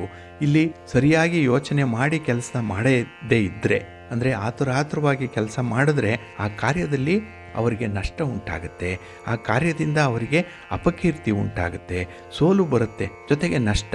ಇವೆಲ್ಲವೂ ಕೂಡ ಈ ವರ್ಷದಲ್ಲಿ ಪ್ರಾಪ್ತಿಯಾಗುವಂಥದ್ದು ಕೂಡ ಇದೆ. ಇನ್ನು ಕುಜ ಭೂಮಿಕಾರಕ. ಹಾಗೆ ವಾಹನದ ಬಗ್ಗೆ, ತಾಯಿಯವರ ಬಗ್ಗೆ, ಇನ್ನು ಅನುಭವಿಸುವಂಥ ಸುಖದ ಬಗ್ಗೆ ಎಚ್ಚರಿಕೆ ಇರಬೇಕು. ಯಾವುದು ಕೂಡ ಅತಿಯಾಗಬಾರ್ದು. ಅತಿಯಾದ ಸುಖ ಬೇಕು ಅಂತ ಹೋದರೆ ಅಲ್ಲಿ ಅವರಿಗೆ ಅವಮರ್ಯಾದೆ ಆಗುವಂಥದ್ದು ಕೂಡ ಇರುತ್ತೆ. ಹಾಗಾಗಿನೇ ಇವೆಲ್ಲವನ್ನು ಕೂಡ ಒಂದೇ ಸಲ ಕಳ್ಕೊಳ್ಳುವಂಥ ಒಂದು ಸಂಭವ ಬಂದ್ಬಿಡ್ಬೋದು. ಮುಖ್ಯವಾಗಿ ಮಾನಸಿಕ ಸ್ಥಿತಿಯ ಬಗ್ಗೆ ಜಾಗೃತರಾಗಿ ಇರಬೇಕು. ಇನ್ನು ಕುಜಗ್ರಹ ತನ್ನ ನೀಚ ಸ್ಥಾನವನ್ನು ಬಿಡುವವರೆಗೂ ಕೂಡ ಪ್ರತಿಯೊಬ್ಬರೂ ಕೂಡ ಯಾರನ್ನೂ ನಂಬಬಾರದು. ಯಾಕೆಂದರೆ ಇಲ್ಲಿ ವ್ಯಾಪಾರಂ ದ್ರೋಹ ಚಿಂತನಂ ಅಂತಾರೆ. ಎಲ್ಲರೂ ವ್ಯಾಪಾರಿಕವಾಗಿ ವ್ಯವಹಾರದ ದೃಷ್ಟಿಯಲ್ಲೇ ಇರೋದ್ರಿಂದ ಪ್ರತಿಯೊಬ್ಬರಲ್ಲೂ ಕೂಡ ಈ ಲಾಭ ನಷ್ಟದ ಒಂದು ಕ್ಯಾಲ್ಕುಲೇಷನ್ ಇರುತ್ತೆ. ಸ್ವಲ್ಪ ಎಚ್ಚರಿಕೆಯಿಂದನೇ ಇರಬೇಕು. ಅಲ್ಲಿ ಕುಜ 21ನೇ ತಾರೀಕು ಮಿಥುನ ರಾಶಿಗೆ ಹೋಗ್ತಾನೆ. ಅಲ್ಲಿವರೆಗೂ ಕೂಡ ಎಚ್ಚರಿಕೆಯಿಂದ ಇರಬೇಕಾಗತ್ತೆ. ಹಾಗಾಗಿ ಈ ಒಂದು ದೋಷವನ್ನು ಪರಿಹಾರ ಮಾಡಿಕೊಳ್ಬೇಕು ಅಂತ ಹೇಳಿದ್ರೆ ನದಿ ತೀರ ಹತ್ತಿರ ಇರುವಂಥ ಸುಬ್ರಹ್ಮಣ್ಯ ಸ್ವಾಮಿಯನ್ನು ಅಥವಾ ಈ ಪಂಚಮುಖಿ ಆಂಜನೇಯನ ಕ್ಷೇತ್ರಕ್ಕೆ ಹೋಗಿ ಬರುವಂಥದ್ದು ಉತ್ತಮ. ಇದರಿಂದ ದುಷ್ಪರಿಣಾಮಗಳು ನಿವಾರಣೆಯಾಗುತ್ತೆ. ಇನ್ನು ಇಲ್ಲಿ ರಾಹು ಮತ್ತು ಕೇತುಗಳ ಬಗ್ಗೆ ನೋಡೋದಾದರೆ ಕಾಲಪುರುಷ ಚಕ್ರದಲ್ಲಿ ರಾಹು ಕೇತು, ಕಾಲಪುರುಷನ 12ನೇ ಮನೆಯಲ್ಲಿ ರಾಹು ಇದ್ದರೆ ಕಾಲಪುರುಷನ 6ನೇ ಮನೆಯಲ್ಲಿ ಕೇತು ಇದ್ದಾನೆ. ಇಲ್ಲಿ ಕೇತು ಕನ್ಯಾ ರಾಶಿಯಲ್ಲಿ, ರಾಹು ಮೀನ ರಾಶಿಯಲ್ಲಿ ಸ್ಥಿತನಾಗಿರುವಂಥದ್ದು. ಹಾಗಾಗಿ ಈ ಎರಡೂ ಗ್ರಹಗಳನ್ನು ನಾವು ಪರಿಶೀಲನೆ ಮಾಡಿದ್ರೆ ಇದು ರೋಗ ಮತ್ತು ಋಣಸ್ಥಾನವನ್ನು ತಿಳಿಸುವಂಥದ್ದು, ಹಾಗೆ ಮೋಕ್ಷದ ಸ್ಥಾನವನ್ನು ಕೇತು ತಿಳಿಸುವಂಥದ್ದು. ಹಾಗಾಗಿ ರಾಹು ಕೇತುಗಳು ಎಲ್ಲರಿಗೂ ಕೂಡ ಉತ್ತಮವಾದಂತಹ ಫಲವನ್ನು ನೀಡುತ್ತೆ ಈ ವರ್ಷ ಅನ್ನುವಂಥ ಒಂದು ವಿಚಾರ ಇದೆ. ಯಾಕೆಂದರೆ ಮನುಷ್ಯ ತಾನು ಮಾಡಿರುವಂಥ ಪಾಪಕರ್ಮಗಳು, ಸಾಲ ಇರ್ಬೋದು, ರೋಗ ಇರ್ಬೋದು, ಶತ್ರುಬಾಧೆ ಇರ್ಬೋದು, ಇವುಗಳಿಂದ ಮುಕ್ತಿ ಹೊಂದಲಿಕ್ಕೆ ರಾಹುಕೇತುಗಳು ಕಾಲಪುರುಷ ಚಕ್ರದ 6 ಮತ್ತು 12ನೇ ಸ್ಥಾನದಲ್ಲಿದ್ದಾರೆ. ಹಾಗಾಗಿನೇ ಇದು ಸೂಕ್ತವಾದ ಸಮಯ ಅಂತ ಹೇಳಿ ಪರಿಗಣಿಸಲ್ಪಟ್ಟಿರುವಂಥದ್ದು. ಹಾಗಾಗಿನೇ ಈ ಒಂದು ನಿಟ್ಟಿನಲ್ಲಿ ಪ್ರಯತ್ನಗಳು ತುಂಬ ಸಿದ್ಧಿಸತ್ತೆ. ಹಾಗಾಗಿನೇ ನಾಗಕ್ಷೇತ್ರಗಳಿಗೆ ಹೋಗಿ ಬರಬೇಕು. ಏಕೆಂದರೆ ಇಲ್ಲಿ ರಾಹುಕೇತುಗಳ ದೋಷಗಳು ನಿವಾರಣೆ ಮಾಡಿಕೊಳ್ಬೇಕು. ಹಾಗೆ ಸ್ತ್ರೀ ದೇವತೆ ಕ್ಷೇತ್ರಗಳಿಗೆ, ಶಕ್ತಿ ದೇವತೆ ಕ್ಷೇತ್ರಗಳಿಗೆ ಭೇಟಿ ಮಾಡಿ ಅಲ್ಲಿ ಹುಣ್ಣಿಮೆಯ ದಿನದಲ್ಲಿ ನಾವು ಸಂಕಲ್ಪವನ್ನು ಮಾಡಿಕೊಂಡ್ರೆ ಉತ್ತಮ ಫಲಗಳು ಸಿಕ್ಕತ್ತೆ ಅನ್ನುವಂಥ ಒಂದು ವಿಚಾರ ಇದೆ. ಹಾಗಾಗಿನೇ ಈ ಹೊಸ ವರ್ಷದಲ್ಲಿ ನಾವು ಈ ಗ್ರಹಗಳ ಒಂದು ಸ್ಥಿತಿಗತಿಗಳನ್ನು ಗಮನಿಸಿದಾಗ ನಮಗೆ 2025 ಧನಾತ್ಮಕವಾದಂತಹ ಒಂದು ಫಲಿತಾಂಶವನ್ನು ತರೋ ವರ್ಷವಾಗಿ ಕಾಣಿಸ್ತಾ ಇದೆ. ಆದರೆ ಸ್ವಲ್ಪ ಪ್ರಾಮಾಣಿಕತೆಗೆ ಹಾಗೆ ದೈವ ಶ್ರದ್ಧೆಗೆ ಹೆಚ್ಚಿನ ಒತ್ತನ್ನು ಕೊಡಬೇಕಾಗಿದೆ. ಇದರ ಜೊತೆಗೆ ಕುಲದೇವತೆಗೆ ನಾವು ವಿಶೇಷವಾಗಿ ನಡ್ಕೊಳ್ಳುವಂಥದ್ದು, ಕುಲದೇವರನ್ನು ಈ ವರ್ಷ ಸಂದರ್ಶನ ಮಾಡಲೇಬೇಕು ಅನ್ನುವಂಥದ್ದು, ಕೈಲಾದ ಸೇವೆಯನ್ನು ಮಾಡಿಸ್ಬೇಕು ಅನ್ನುವಂಥ ಒಂದು ವಿಚಾರ ಕೂಡ ಇದೆ. ಹಾಗಾಗಿ ಈ ಹೊಸ ವರ್ಷದಲ್ಲಿ ಹೊಸ ಜೀವನದ ಆರಂಭ ಆಗಬೇಕು, ಹೊಸ ಕೆಲಸ ಕಾರ್ಯಗಳು ಆಗಿ ತುಂಬ ಯಶಸ್ಸನ್ನು ಪಡ್ಕೊಳ್ಬೇಕು ಅಂತ ಹೇಳಿ ಬಯಸುವಂಥವರು ಶುಭ ಚಿಂತನೆಗಳನ್ನು, ಧನಾತ್ಮಕ ಚಿಂತನೆಗಳನ್ನು ಮುಂದುವರಿಸಬೇಕು. ಆತ್ಮವಿಶ್ವಾಸದೊಂದಿಗೆ ಕೆಲಸಗಳನ್ನು ಆರಂಭ ಮಾಡಬೇಕು. ಅದೇ ಈ ನವಗ್ರಹಗಳು ಬಯಸುವಂಥದ್ದು. ಹಾಗಾಗಿ ಹೊಸ ವರ್ಷದ ಚಿಂತನೆಗಳು ಬೇರೆ ಬೇರೆ ರೀತಿಯಲ್ಲಿ ವಿಶ್ಲೇಷಣೆ ಮಾಡುವಂಥ ಬುದ್ಧಿವಂತರು ಕೂಡ ಇದ್ದಾರೆ. ಹಾಗಾಗಿನೇ ಈ ಒಂದು ನಿಟ್ಟಿನಲ್ಲಿ ಈ ಗ್ರಹಗಳ ಸ್ಥಾನಗಳು ಯಾವ ರೀತಿ ಇದೆ, ಯಾವ ಫಲಗಳನ್ನು ನೀಡುತ್ತೆ ಅನ್ನುವಂಥದ್ದನ್ನು ನಾವು ನೋಡಿ ಈ 2025 ತಮಗೆಲ್ಲರಿಗೂ ಕೂಡ ಹೊಸ ವಿಚಾರಗಳನ್ನು ಹೊತ್ತು ತರಲಿ. ನಿಮ್ಮ ಜೀವನ ಆರೋಗ್ಯದಾಯಕವಾಗಿರಲಿ, ಸಂತೃಪ್ತಿದಾಯಕವಾಗಿರಲಿ.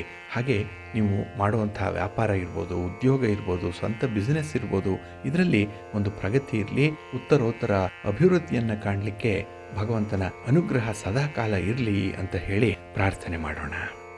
ಬಂಧುಗಳೇ, ಇನ್ನು ಮುಂದೆ 12 ರಾಶಿಯವರ ಗೋಚಾರ ಫಲಗಳು ಹೇಗಿವೆ ನೋಡೋಣ ಬನ್ನಿ. ಮೊದಲಿಗೆ ಮೇಷರಾಶಿ. ಮೇಷರಾಶಿಯವರಿಗೆ ಈ ದಿನ ಉದ್ಯೋಗ ಸ್ಥಾನದಲ್ಲಿ ಚಂದ್ರ ಇದ್ದಾನೆ. ಇದರಿಂದ ನೀವು ಮಾಡುವಂಥ ಕೆಲಸ ಕಾರ್ಯಗಳಲ್ಲಿ ತುಂಬ ಆಸಕ್ತಿ ಇರುತ್ತೆ. ಯಾವ ಕೆಲಸದಲ್ಲಿ ಆಸಕ್ತಿ ಇದೆಯೋ ಆ ಕೆಲಸ ಪರಿಪೂರ್ಣವಾಗಿ ಮುಕ್ತಾಯ ಆಗತ್ತೆ. ಅಲ್ಲಿ ಬರುವಂಥ ಫಲಗಳೇನಿದೆ ಅದು ನೇರವಾಗಿ ಬಂದು ತಲುಪತ್ತೆ. ಹಾಗಾಗಿ ಈ ದಿನ ಪ್ರತಿ ಕೆಲಸದಲ್ಲೂ ಕೂಡ ಹೆಚ್ಚಿನ ಲಾಭವನ್ನು ಪಡ್ಕೊಳ್ಳಿಕ್ಕೆ ತುಂಬ ಅವಕಾಶಗಳಿರುವಂಥ ಸಂದರ್ಭ ಇದು. ಹಾಗೆ ನಿಮ್ಮ ಬಂಧು ಮಿತ್ರರ ಆಗಮನ ಇರ್ಬೋದು, ಬಂಧು ಮಿತ್ರರ ಭೇಟಿ ಇರ್ಬೋದು, ನಿಮಗೆ ಸಂತೋಷವನ್ನು ತರುತ್ತೆ. ಇನ್ನು ಅರ್ಧಂಬರ್ಧ ಆಗಿರುವಂಥ ಕೆಲಸಗಳಾಗಲಿ, ಬರಬೇಕಾಗಿರುವಂಥ ಹಣದ ವಿಚಾರವಾಗಲಿ, ಅಥವಾ ನೀವು ಸಂಕಲ್ಪ ಮಾಡಿಕೊಂಡಿರುವಂಥ ಕೆಲಸ ಕಾರ್ಯಗಳನ್ನು ಮುಂದುವರಿಸುವಂಥ ವಿಚಾರವಾಗಲಿ, ನಿಮ್ಮ ಸ್ನೇಹಿತರ ನೆರವಿನಿಂದ ಇದು ಸಂಪನ್ನವಾಗುತ್ತೆ. ಅಂದರೆ ಇದು ಪೂರ್ಣ ಆಗುತ್ತೆ. ಹಾಗೆ ಯಾವುದೇ ರೀತಿಯ ವಿವಾದಗಳಿದ್ದರೂ ಕೂಡ ಈ ದಿನ ಬಗೆಹರಿಯುವಂಥ ಎಲ್ಲ ಲಕ್ಷಣಗಳು ಕೂಡ ಕಾಣಿಸ್ತಾ ಇದೆ. ಆದರೆ ನೀವು ಸ್ವಲ್ಪ ಆಸಕ್ತಿಯನ್ನು ತೋರಿಸಬೇಕು, ಧನಾತ್ಮಕವಾಗಿ ಅದಕ್ಕೆ ಒಂದು ಪ್ರತಿಕ್ರಿಯಿಸಬೇಕು. ನೀವು ಅಂದರೆ ಒಂದು ಪಾಸಿಟಿವ್ ರಿಯಾಕ್ಷನ್ ಅನ್ನುವಂಥದ್ದು ಇದ್ದರೆ ನಿಮ್ಮಿಂದ ಆ ಒಂದು ಸಮಸ್ಯೆಗಳು ಬಗೆಹರಿಯುತ್ತೆ. ಹಾಗೆ ಉದ್ಯೋಗ ಕ್ಷೇತ್ರದಲ್ಲಿ, ವೃತ್ತಿಪರ ಕ್ಷೇತ್ರದಲ್ಲಿ ನಿಮಗೆ ಅನುಕೂಲತೆಗಳು ಹೆಚ್ಚಾಗುವಂಥದ್ದು, ತನ್ಮೂಲಕ ಆದಾಯದ ಮಾರ್ಗಗಳು ಕೂಡ ನಿಮಗೆ ತುಂಬ ಅನುಕೂಲಕರವಾಗಿರುತ್ತೆ. ಒಟ್ಟಾರೆ ಈ ದಿನ ನಿಮಗೆ ವಿಶೇಷವಾದಂತಹ ಕೆಲಸ ಕಾರ್ಯಗಳು ಆಗುವಂಥ ಸಂದರ್ಭಗಳು ತುಂಬ ಇದೆ.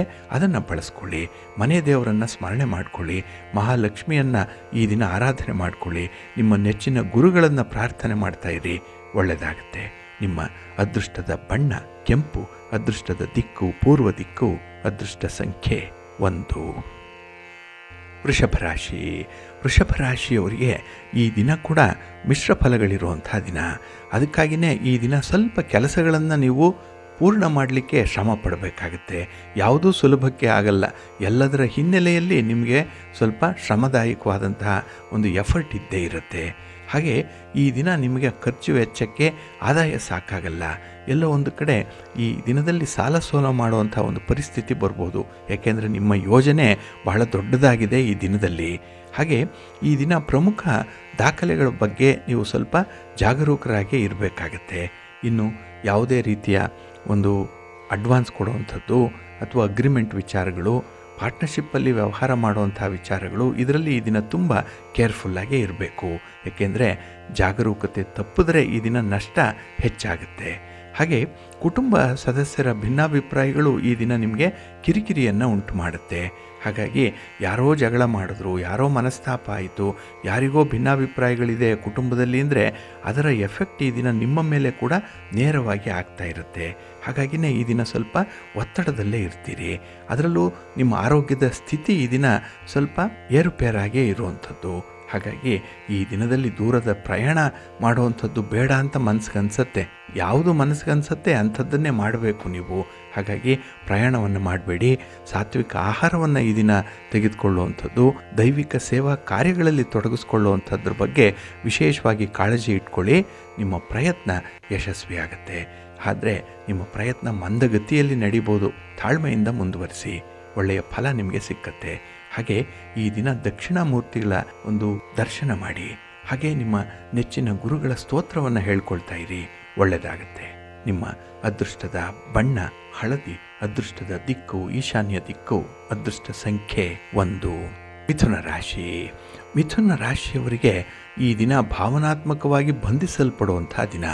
ಯಾರೋ ನೋಡಿ ಅವರು ಬ್ಲ್ಯಾಕ್ ಮೇಲ್ ಮಾಡ್ತಾರೋ, ಅವರಲ್ಲಿರುವಂಥ ವಿಚಾರಗಳನ್ನು ಹೇಳಿ ನಿಮ್ಮ ಮನಸ್ಸನ್ನು ಪರಿವರ್ತನೆ ಮಾಡ್ತಾರೋ, ಒಟ್ಟಾರೆ ಈ ಭಾವನಾತ್ಮಕ ಬಂಧನದಲ್ಲಿ ಇರ್ತೀರಿ ನೀವು. ಇದು ಸ್ವಲ್ಪ ನಿಮಗೆ ಕಿರಿಕಿರಿಯನ್ನು ಕೂಡ ಉಂಟು ಮಾಡುವಂಥದ್ದು. ಏಕೆಂದರೆ ಈ ಸಂಬಂಧ ಅನ್ನುವಂಥದ್ದು ಈ ದಿನ ನಿಮಗೆ ಬಿಸಿ ತುಪ್ಪದಂತೆ ಇರುತ್ತೆ. ಅದನ್ನು ನುಂಗ್ಲಿಕ್ಕಾಗಲ್ಲ, ಉಗುಳ್ಲಿಕ್ಕಾಗಲ್ಲ ಅನ್ನೋಂಥ ಒಂದು ಪರಿಸ್ಥಿತಿಯಲ್ಲಿ ವಿಲವಿಲ ಒದ್ದಾಡುವಂಥದ್ದು ಆಗುತ್ತೆ. ಹಾಗೆ ಕೆಲವೊಂದು ವಿಚಾರಗಳಲ್ಲಿ ತುಂಬ ತಾಳ್ಮೆ ಬೇಕು, ತುಂಬ ನಿಧಾನ ಬೇಕು. ಅದರಲ್ಲೂ ಹಿರಿಯರೊಂದಿಗೆ ಮಾತಾಡುವಂಥ ಸಂದರ್ಭ, ಅಧಿಕಾರಿಗಳೊಂದಿಗೆ ಯಾವುದೇ ಒಂದು ವ್ಯವಹಾರ ನಡೆಸುವಂಥ ಸಂದರ್ಭ ಸ್ವಲ್ಪ ಎಚ್ಚರಿಕೆಯಿಂದ ಇರಿ. ಸ್ವಲ್ಪ ಅಲರ್ಟ್ ಆಗಿರಿ, ನಿಧಾನವಾಗಿರಿ. ಹಾಗೆ ದೂರದ ಪ್ರಯಾಣ ಮಾಡುವಂಥದ್ದು ಈ ದಿನ ಯಾವುದೇ ರೀತಿಯಲ್ಲಿ ಸೂಕ್ತ ಇಲ್ಲ. ಹಾಗಾಗಿ ಅಂತಹ ಪ್ರಯಾಣಗಳನ್ನು ನೀವು ಮುಂದೂಡುವಂಥದ್ದು ತುಂಬ ಉತ್ತಮ. ಹಾಗೆ ಕೆಲಸ ಕಾರ್ಯಗಳು ಸರ್ಕಾರದ ಮಟ್ಟದಲ್ಲೂ ಕೂಡ ಪೂರ್ಣ ಆಗಲ್ಲ. ಇದು ಮನಸ್ಸಿಗೆ ಒಂದು ಜಿಗುಪ್ಸೆಯನ್ನು ತರಿಸುತ್ತೆ. ಹಾಗೆ ಕೆಲವರ ಮೇಲೆ ಕೋಪ ತಾಪಗಳು ಬಹಳ ಬೇಗ ಬರುವಂಥದ್ದು ಇದೆ. ಹಾಗಾಗಿ ಕೋಪದಲ್ಲಿ ಆಡಿರುವಂಥ ಮಾತು ನಿಮ್ಮ ವ್ಯವಹಾರವನ್ನು ಈ ದಿನ ಸ್ವಲ್ಪ ಎಡವಟ್ಟು ಮಾಡಿಬಿಡುತ್ತೆ. ಅದಕ್ಕಾಗಿಯೇ ನಿಮ್ಮ ಮಾತನ್ನು ಕೂಡ ನಿಯಂತ್ರಣದಲ್ಲಿ ಇಟ್ಕೊಳ್ಬೇಕು. ಇನ್ನು ಹಣಕಾಸಿನ ವ್ಯವಹಾರಗಳಲ್ಲಿ ಅಷ್ಟೊಂದು ಅನುಭವ ಇಲ್ಲದ ರೀತಿಯಲ್ಲಿ ವರ್ತಿಸ್ತೀರಿ ನೀವು. ಯಾಕೆಂದರೆ ದುಡುಕಿನ ನಿರ್ಧಾರಗಳನ್ನು ಕೈಗೊಳ್ಳುವಂಥದ್ದು, ಖರ್ಚಿನ ಒಂದು ಬಾಬ್ತು ಹೆಚ್ಚಾಗುವಂಥ ಸಾಧ್ಯತೆಗಳು ಕಾಣಿಸ್ತಾ ಇದೆ. ಹಾಗಾಗಿ ಸ್ವಲ್ಪ ಹಣದ ವಿಚಾರದಲ್ಲಿ ಅಲರ್ಟ್ ಆಗಿರಬೇಕು. ಇನ್ನು ಮಕ್ಕಳ ವಿದ್ಯಾಭ್ಯಾಸದ ಕಡೆ ಸ್ವಲ್ಪ ಗಮನ ಕೊಡಿ. ಕುಟುಂಬಕ್ಕಾಗಿ ಕ್ವಾಲಿಟಿ ಟೈಮ್ ಕೊಡಿ. ಈ ದಿನ ಒಳ್ಳೆಯದಾಗತ್ತೆ. ನಿಮ್ಮ ಇಷ್ಟ ದೇವರನ್ನು ಆರಾಧನೆ ಮಾಡ್ತಾ ಇರಿ. ಹಾಗೆ ಭಕ್ತಿಯಿಂದ ಈ ದಿನ ವಿಷ್ಣು ಸ್ತೋತ್ರವನ್ನು ಹೇಳ್ಕೊಳ್ಳಿ, ವಿಷ್ಣು ಸಹಸ್ರನಾಮ ಹೇಳ್ಕೊಳ್ಳಿ. ಹಾಗೆ ಮಹಾಲಕ್ಷ್ಮಿಯ ದರ್ಶನ ಮಾಡ್ಕೊಳ್ಳಿ. ಒಳ್ಳೆಯದಾಗತ್ತೆ. ನಿಮ್ಮ ಅದೃಷ್ಟದ ಬಣ್ಣ ತಿಳಿ ಹಸಿರು, ಅದೃಷ್ಟದ ದಿಕ್ಕು ಈಶಾನ್ಯ ದಿಕ್ಕು, ಅದೃಷ್ಟ ಸಂಖ್ಯೆ 2. ಕರ್ಕಾಟಕ ರಾಶಿ. ಕರ್ಕಾಟಕ ರಾಶಿಯವರಿಗೆ ಈ ದಿನ ಉತ್ತಮವಾಗಿರುವಂಥ ದಿನ. ಅದರಲ್ಲೂ ನಿಮ್ಮ ಕೆಲಸ ಕಾರ್ಯಗಳಲ್ಲಿ ಹೆಚ್ಚಿನ ಆಸಕ್ತಿ ಇದೆ, ನಿಮ್ಮ ಪ್ರೀತಿ ಪಾತ್ರರ ಪ್ರೇರೇಪಣೆ ಇದೆ, ಅವರ ಒಂದು ಸಹಕಾರ ಸಹಾಯ ಸಮಯೋಚಿತವಾಗಿ ಸಂದರ್ಭೋಚಿತವಾಗಿ ಈ ದಿನ ಸಿಕ್ಕತ್ತೆ. ಹಾಗಾಗಿನೇ ವಿಶ್ರಾಂತಿ ಇಲ್ಲದೆ ದುಡಿಮೆಯನ್ನು ಮಾಡಬೇಕು, ವ್ಯಾಪಾರ ವ್ಯವಹಾರಗಳನ್ನು ಒಂದು ಹಂತಕ್ಕೆ ಮೇಲ್ಮಟ್ಟಕ್ಕೆ ಕೊಂಡೊಯ್ಯಬೇಕು ಅನ್ನುವಂಥ ಸಂಕಲ್ಪ ಭಾಳಷ್ಟು ಮಟ್ಟಿಗೆ ಇದೆ. ಆ ಒಂದು ನಿಟ್ಟಿನಲ್ಲೇ ತುಂಬ ಪ್ರಯತ್ನ ಮಾಡ್ತೀರಿ. ಹಾಗೆ ನಿಮ್ಮ ಸ್ನೇಹಿತರಿಗೆ ನೆರವು ನೀಡುವಂಥದ್ದು, ಅವರಿಗೂ ಒಂದು ವ್ಯವಹಾರದಲ್ಲಿ ನೀವು ಮಾರ್ಗದರ್ಶನ ಮಾಡುವಂಥ ಒಂದು ಒಳ್ಳೆಯ ಅವಕಾಶ ಕೂಡ ನಿಮಗಿದೆ. ಇನ್ನು ಈ ಸ್ಥಿರಾಸ್ತಿ ಮಾರಾಟದ ವಿಚಾರ ಏನಿದೆ ಅದರಲ್ಲಿ ಸ್ವಲ್ಪ ಸಕ್ಸಸ್ಸನ್ನು ಕಾಣುವಂಥದ್ದು ಇದೆ. ಇನ್ನು ಈ ದಿನದಲ್ಲಿ ಕುಟುಂಬ ಸದಸ್ಯರು ನಿಮ್ಮ ಮಾತಿಗೆ ಒಂದು ಮನ್ನಣೆಯನ್ನು ಕೊಡುವಂಥದ್ದಿದೆ. ಹಾಗಾಗಿನೇ ಮಾತು ಬಹಳ ಅಮೂಲ್ಯವಾಗಿರುತ್ತೆ. ಕೆಲವೊಂದು ಅಹಿತಕರವಾದಂತಹ ಘಟನೆಗಳು ನಿಮ್ಮ ಮನಸ್ಸನ್ನು ಶಾಂತಿಯನ್ನು ಕೆಡಿಸ್ಬೋದು, ಎಲ್ಲೋ ನೆಮ್ಮದಿ ಅದರಿಂದ ಹಾಳಾಗಬಹುದು. ಆದರೆ ಈ ದಿನ ನಿಮ್ಮ ಕೆಲಸ ಕಾರ್ಯಗಳ ಬಗ್ಗೆ ನಿಮ್ಮ ಗಮನ ಇದ್ದರೆ ನಿಮ್ಮ ಯಾವುದೇ ಬಾಹ್ಯ ಚಟುವಟಿಕೆಗಳಲ್ಲಿ ಆಗುವಂಥ ಅನಾಹುತಗಳನ್ನು ನೀವು ಮರೆಯಲಿಕ್ಕೆ ಸಾಧ್ಯ ಆಗುತ್ತೆ. ಹಾಗೆ ಈ ದಿನ ಖರ್ಚು ಮಾಡುವಂಥ ಸಂದರ್ಭದಲ್ಲಿ ಸ್ವಲ್ಪ ಲೆಕ್ಕಾಚಾರ ಇಟ್ಕೊಳ್ಬೇಕು. ಇನ್ನು ಆಯವ್ಯಯದ ಸರಿಯಾದ ನಿಯೋಜನೆಯ ಅವಶ್ಯಕತೆ ಈ ದಿನ ನಿಮಗೆ ಸ್ವಲ್ಪ ಕಾಣಿಸ್ತಾ ಇದೆ. ಏನೇ ಕೆಲಸ ಮಾಡಿದ್ರೂ ಕೂಡ ನಿಮ್ಮ ಕುಟುಂಬಸ್ಥರನ್ನು ನೀವು ಗಮನಿಸ್ಕೊಂಡೇ ತೀರ್ಮಾನವನ್ನು ಮಾಡಬೇಕಾಗತ್ತೆ. ಹಾಗೆ ಕುಟುಂಬಸ್ಥರ ನೆರವನ್ನು ಪಡ್ಕೊಳ್ಳಿ, ನಿಮಗೆ ಆತ್ಮವಿಶ್ವಾಸ ಹೆಚ್ಚಾಗುತ್ತೆ. ನಿಮ್ಮ ಇಷ್ಟ ದೇವರನ್ನು ಪ್ರಾರ್ಥನೆ ಮಾಡ್ತಾಯಿರಿ. ಹಾಗೆ ಭಕ್ತಿಯಿಂದ ಈ ದಿನ ಶಿವಸ್ತೋತ್ರವನ್ನು ಹೇಳ್ಕೊಳ್ಳಿ, ಶಿವಪಾರ್ವತಿಯರ ದರ್ಶನ ಮಾಡಿಕೊಳ್ಳಿ, ಹಾಗೆ ಗಣಪತಿಯನ್ನು ಆರಾಧನೆ ಮಾಡ್ತಾಯಿರಿ, ಒಳ್ಳೆಯದಾಗತ್ತೆ. ನಿಮ್ಮ ಅದೃಷ್ಟದ ಬಣ್ಣ ಬಿಳುಪು, ಅದೃಷ್ಟದ ದಿಕ್ಕು ಈಶಾನ್ಯ ದಿಕ್ಕು, ಅದೃಷ್ಟ ಸಂಖ್ಯೆ 1. ಸಿಂಹರಾಶಿ. ಸಿಂಹರಾಶಿಯವರಿಗೆ ಈ ದಿನ ಷಷ್ಠದಲ್ಲಿ ಚಂದ್ರ ಇರುವಂಥ ದಿನ. ಹಾಗಾಗಿನೇ ಈ ದಿನದ ವಿದ್ಯಮಾನಗಳಲ್ಲಿ ನಿಮಗೆ ವಿಶೇಷವಾದಂಥ ಬಲ ಇದೆ. ಹಾಗೆ ಆರೋಗ್ಯ ಚೆನ್ನಾಗಿರೋದ್ರಿಂದ ಈ ದಿನ ಉತ್ತಮವಾದಂಥ ನಿರ್ಣಯಗಳನ್ನು ಕೈಗೊಳ್ತೀರಿ. ಇನ್ನು ಕುಟುಂಬ ಸದಸ್ಯರಿಂದ ನಿರೀಕ್ಷಿತ ಆರ್ಥಿಕ ಸಹಾಯ ಈ ದಿನ ಸಿಕ್ಕುವಂಥದ್ದಿದೆ. ಹಾಗೆ ವಂಶ ಪಾರಂಪರ್ಯವಾಗಿ ಮಾಡ್ತಾ ಇರುವಂಥ ಕೆಲವು ಬಿಸ್ನೆಸ್ಗಳೇನಿದೆ ಇದರಲ್ಲಿ ಈ ದಿನ ತುಂಬ ಪ್ರಗತಿ ಇದೆ. ಅಲ್ಲಿ ಒಂದು ನಿರ್ಧಾರವನ್ನು ಕೈಗೊಳ್ಳಲಿಕ್ಕೆ ಎಲ್ಲೋ ಒಂದು ಅವಕಾಶಗಳು ಕೂಡ ಈ ದಿನ ನಿಮಗೆ ಕೂಡಿ ಬರುತ್ತೆ. ಹಾಗೆ ಅಧಿಕಾರಿಗಳ ಬೆಂಬಲ ಈ ದಿನ ಚೆನ್ನಾಗಿರೋದ್ರಿಂದ ಕೆಲವೊಂದು ಹೆಚ್ಚಿನ ಅವಕಾಶಗಳು ಸಿಕ್ಕತ್ತೆ. ಕಚೇರಿಯಲ್ಲಿ ನಿಮ್ಮ ಉದ್ಯೋಗ ಕ್ಷೇತ್ರದಲ್ಲಿ ಹೆಚ್ಚಿನ ಜವಾಬ್ದಾರಿ ನಿಮಗೆ ಸಿಕ್ಕುವಂಥದ್ದು, ಅದು ಕೂಡ ತುಂಬ ಲಾಭದಾಯಕವಾದಂತಹ ಒಂದು ವಿದ್ಯಮಾನವಾಗಿರುತ್ತೆ. ಇನ್ನು ವ್ಯಾಪಾರ ವ್ಯವಹಾರಗಳಲ್ಲಿ ವಿಶೇಷ ಲಾಭವನ್ನು ಪಡ್ಕೊಳ್ಳುವಂಥ ಅವಕಾಶಗಳು ಕೂಡ ಇದೆ. ಒಟ್ಟಾರೆ ಈ ದಿನ ನಿಮಗೆ ತುಂಬ ಪ್ರೋತ್ಸಾಹದಾಯಕವಾಗಿದೆ. ಕೆಲಸ ಕಾರ್ಯಗಳಲ್ಲಿ ಹೆಚ್ಚಿನ ಇನ್ವಾಲ್ವ್ಮೆಂಟ್ ಇದೆ, ಅಷ್ಟೇ ಕುತೂಹಲ ಕೂಡ ಇದೆ, ತುಂಬ ಕ್ಯೂರಿಯಾಸಿಟಿ ಈ ದಿನ ನೀವು ಕೆಲಸವನ್ನು ಮಾಡುವಂಥ ಪ್ರಯತ್ನಗಳಲ್ಲಿ. ಹಾಗೆ ನಿಮ್ಮ ಭಿನ್ನಾಭಿಪ್ರಾಯಗಳು ನಿಮ್ಮ ಸಂಗಾತಿ ನಿಮ್ಮ ಪ್ರೀತಿ ಪಾತ್ರರಲ್ಲಿ ಉದ್ಭವ ಆಗಬಹುದು. ಅವರ ಕಡೆ ಎಲ್ಲೋ ಒಂದು ಅನುಮಾನದ ದೃಷ್ಟಿ ಕೂಡ ಬರುವಂಥದ್ದು ಇದೆ. ಒಟ್ಟಾರೆ ತುಂಬ ಪ್ರಾಕ್ಟಿಕಲ್ ಆಗಿದ್ದಾಗ ಪ್ರಾಯೋಗಿಕವಾಗಿದ್ದಾಗ ಮಾತ್ರ ನಿಮಗೆ ಸತ್ಯಾಸತ್ಯತೆಯ ಪರಿಚಯ ಉಂಟಾಗತ್ತೆ. ಆ ನಿಟ್ಟಿನಲ್ಲಿ ಪ್ರಯತ್ನ ಅನ್ನುವಂಥದ್ದು ಈ ದಿನ ಇದ್ದೇ ಇರುತ್ತೆ. ಅದಕ್ಕಾಗಿಯೇ ನೀವು ನಿಮ್ಮ ಒಂದು ಕೆಲಸ ಕಾರ್ಯಗಳಲ್ಲಿ ಧನಾತ್ಮಕವಾದಂತಹ ಆಲೋಚನೆ ಇರಲಿ, ನಿಮ್ಮ ಇನ್ವಾಲ್ವ್ಮೆಂಟ್ ಕಂಪ್ಲೀಟ್ ಆಗಿರಲಿ, ಒಳ್ಳೆಯದಾಗತ್ತೆ.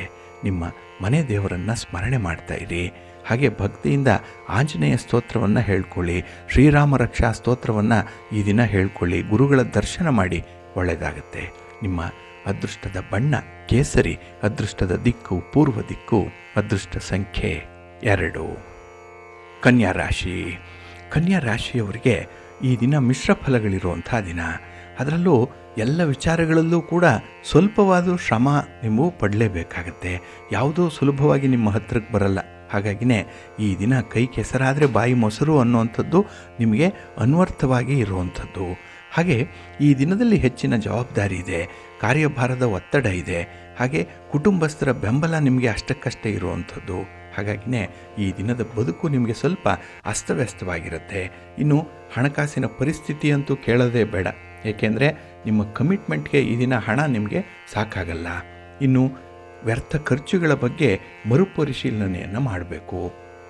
ಯಾರನ್ನೋ ಓಲೈಸಲಿಕ್ಕೆ, ಯಾರನ್ನೋ ಮೆಚ್ಚಿಸಲಿಕ್ಕೆ ಈ ದಿನ ಹೆಚ್ಚು ಹಣವನ್ನು ಖರ್ಚು ಮಾಡುವಂಥದ್ದು ಕೂಡ ಇದೆ. ಅದು ಅಷ್ಟೊಂದು ಸೂಕ್ತ ಅಲ್ಲ. ಇನ್ನು ಈ ದಿನದಲ್ಲಿ ದೈವಿಕ ಕಾರ್ಯಗಳಲ್ಲಿ ನೀವು ಒಂದು ಪ್ರಯಾಣ ಮಾಡಬೇಕಾಗತ್ತೆ. ಅಲ್ಲಿ ಒಂದು ಆಸಕ್ತಿದಾಯಕವಾದಂಥ ವಿಚಾರದಲ್ಲಿ ಸ್ವಲ್ಪ ಹಣವನ್ನು ವ್ಯಯ ಮಾಡಬೇಕಾಗತ್ತೆ. ಇದು ಕೂಡ ನಷ್ಟಕ್ಕೆ ಕಾರಣವಾಗುವಂಥದ್ದು. ಸ್ವಲ್ಪ ಎಚ್ಚರಿಕೆ ಇರಲಿ. ಇನ್ನು ಈ ದಿನದಲ್ಲಿ ನಿಮ್ಮ ಕೆಲಸ ಕಾರ್ಯಗಳು ಕಾರ್ಯರೂಪಕ್ಕೆ ಬರಬೇಕು ಅಂತ ಹೇಳಿದ್ರೆ ತುಂಬ ತಾಳ್ಮೆ ಇರಬೇಕು. ಹಾಗೆ ಒಂದು ಮುಚ್ಚುಮರೆ ಅನ್ನುವಂಥದ್ದು ಇರಬಾರ್ದು. ಮನಸ್ಸಿನಲ್ಲಿ ಆಲೋಚನೆ ಮಾಡುವಂಥದ್ದೊಂದು, ಬಾಯಲ್ಲಿ ಹೇಳುವಂಥದ್ದೊಂದು, ಕೈಯಲ್ಲಿ ಮಾಡುವಂಥದ್ದು ಮತ್ತೊಂದು ಅನ್ನುವಂಥ ರೀತಿಯಲ್ಲಿ ಆಗಬಾರ್ದು. ಎಲ್ಲವೂ ಸಿಂಕ್ರನೈಸ್ ಆಗಬೇಕು. ಹಾಗಾಗಿ ಈ ದಿನ ನಿಮ್ಮ ಮಾತಿಗೆ ವಿಶೇಷವಾದಂತಹ ಮನ್ನಣೆಯನ್ನು ಪಡ್ಕೊಳ್ಳುವಂಥ ಒಂದು ಪ್ರಯತ್ನ ಮಾಡಿ. ಅದಕ್ಕಾಗಿಯೇ ನವಗ್ರಹಗಳನ್ನು ದರ್ಶನ ಮಾಡಿ, ನವಗ್ರಹ ಸ್ತೋತ್ರವನ್ನು ಹೇಳ್ಕೊಳ್ಳಿ. ಹಾಗೆ ಶಿವನ ಪರಿವಾರ ದೇವತೆಗಳನ್ನು ಪ್ರಾರ್ಥನೆ ಮಾಡ್ತಾಯಿರಿ, ಒಳ್ಳೆಯದಾಗುತ್ತೆ. ನಿಮ್ಮ ಅದೃಷ್ಟದ ಬಣ್ಣ ತಿಳಿ ನೀಲಿ, ಅದೃಷ್ಟದ ದಿಕ್ಕು ಈಶಾನ್ಯ ದಿಕ್ಕು, ಅದೃಷ್ಟ ಸಂಖ್ಯೆ 3. ತುಲಾರಾಶಿ.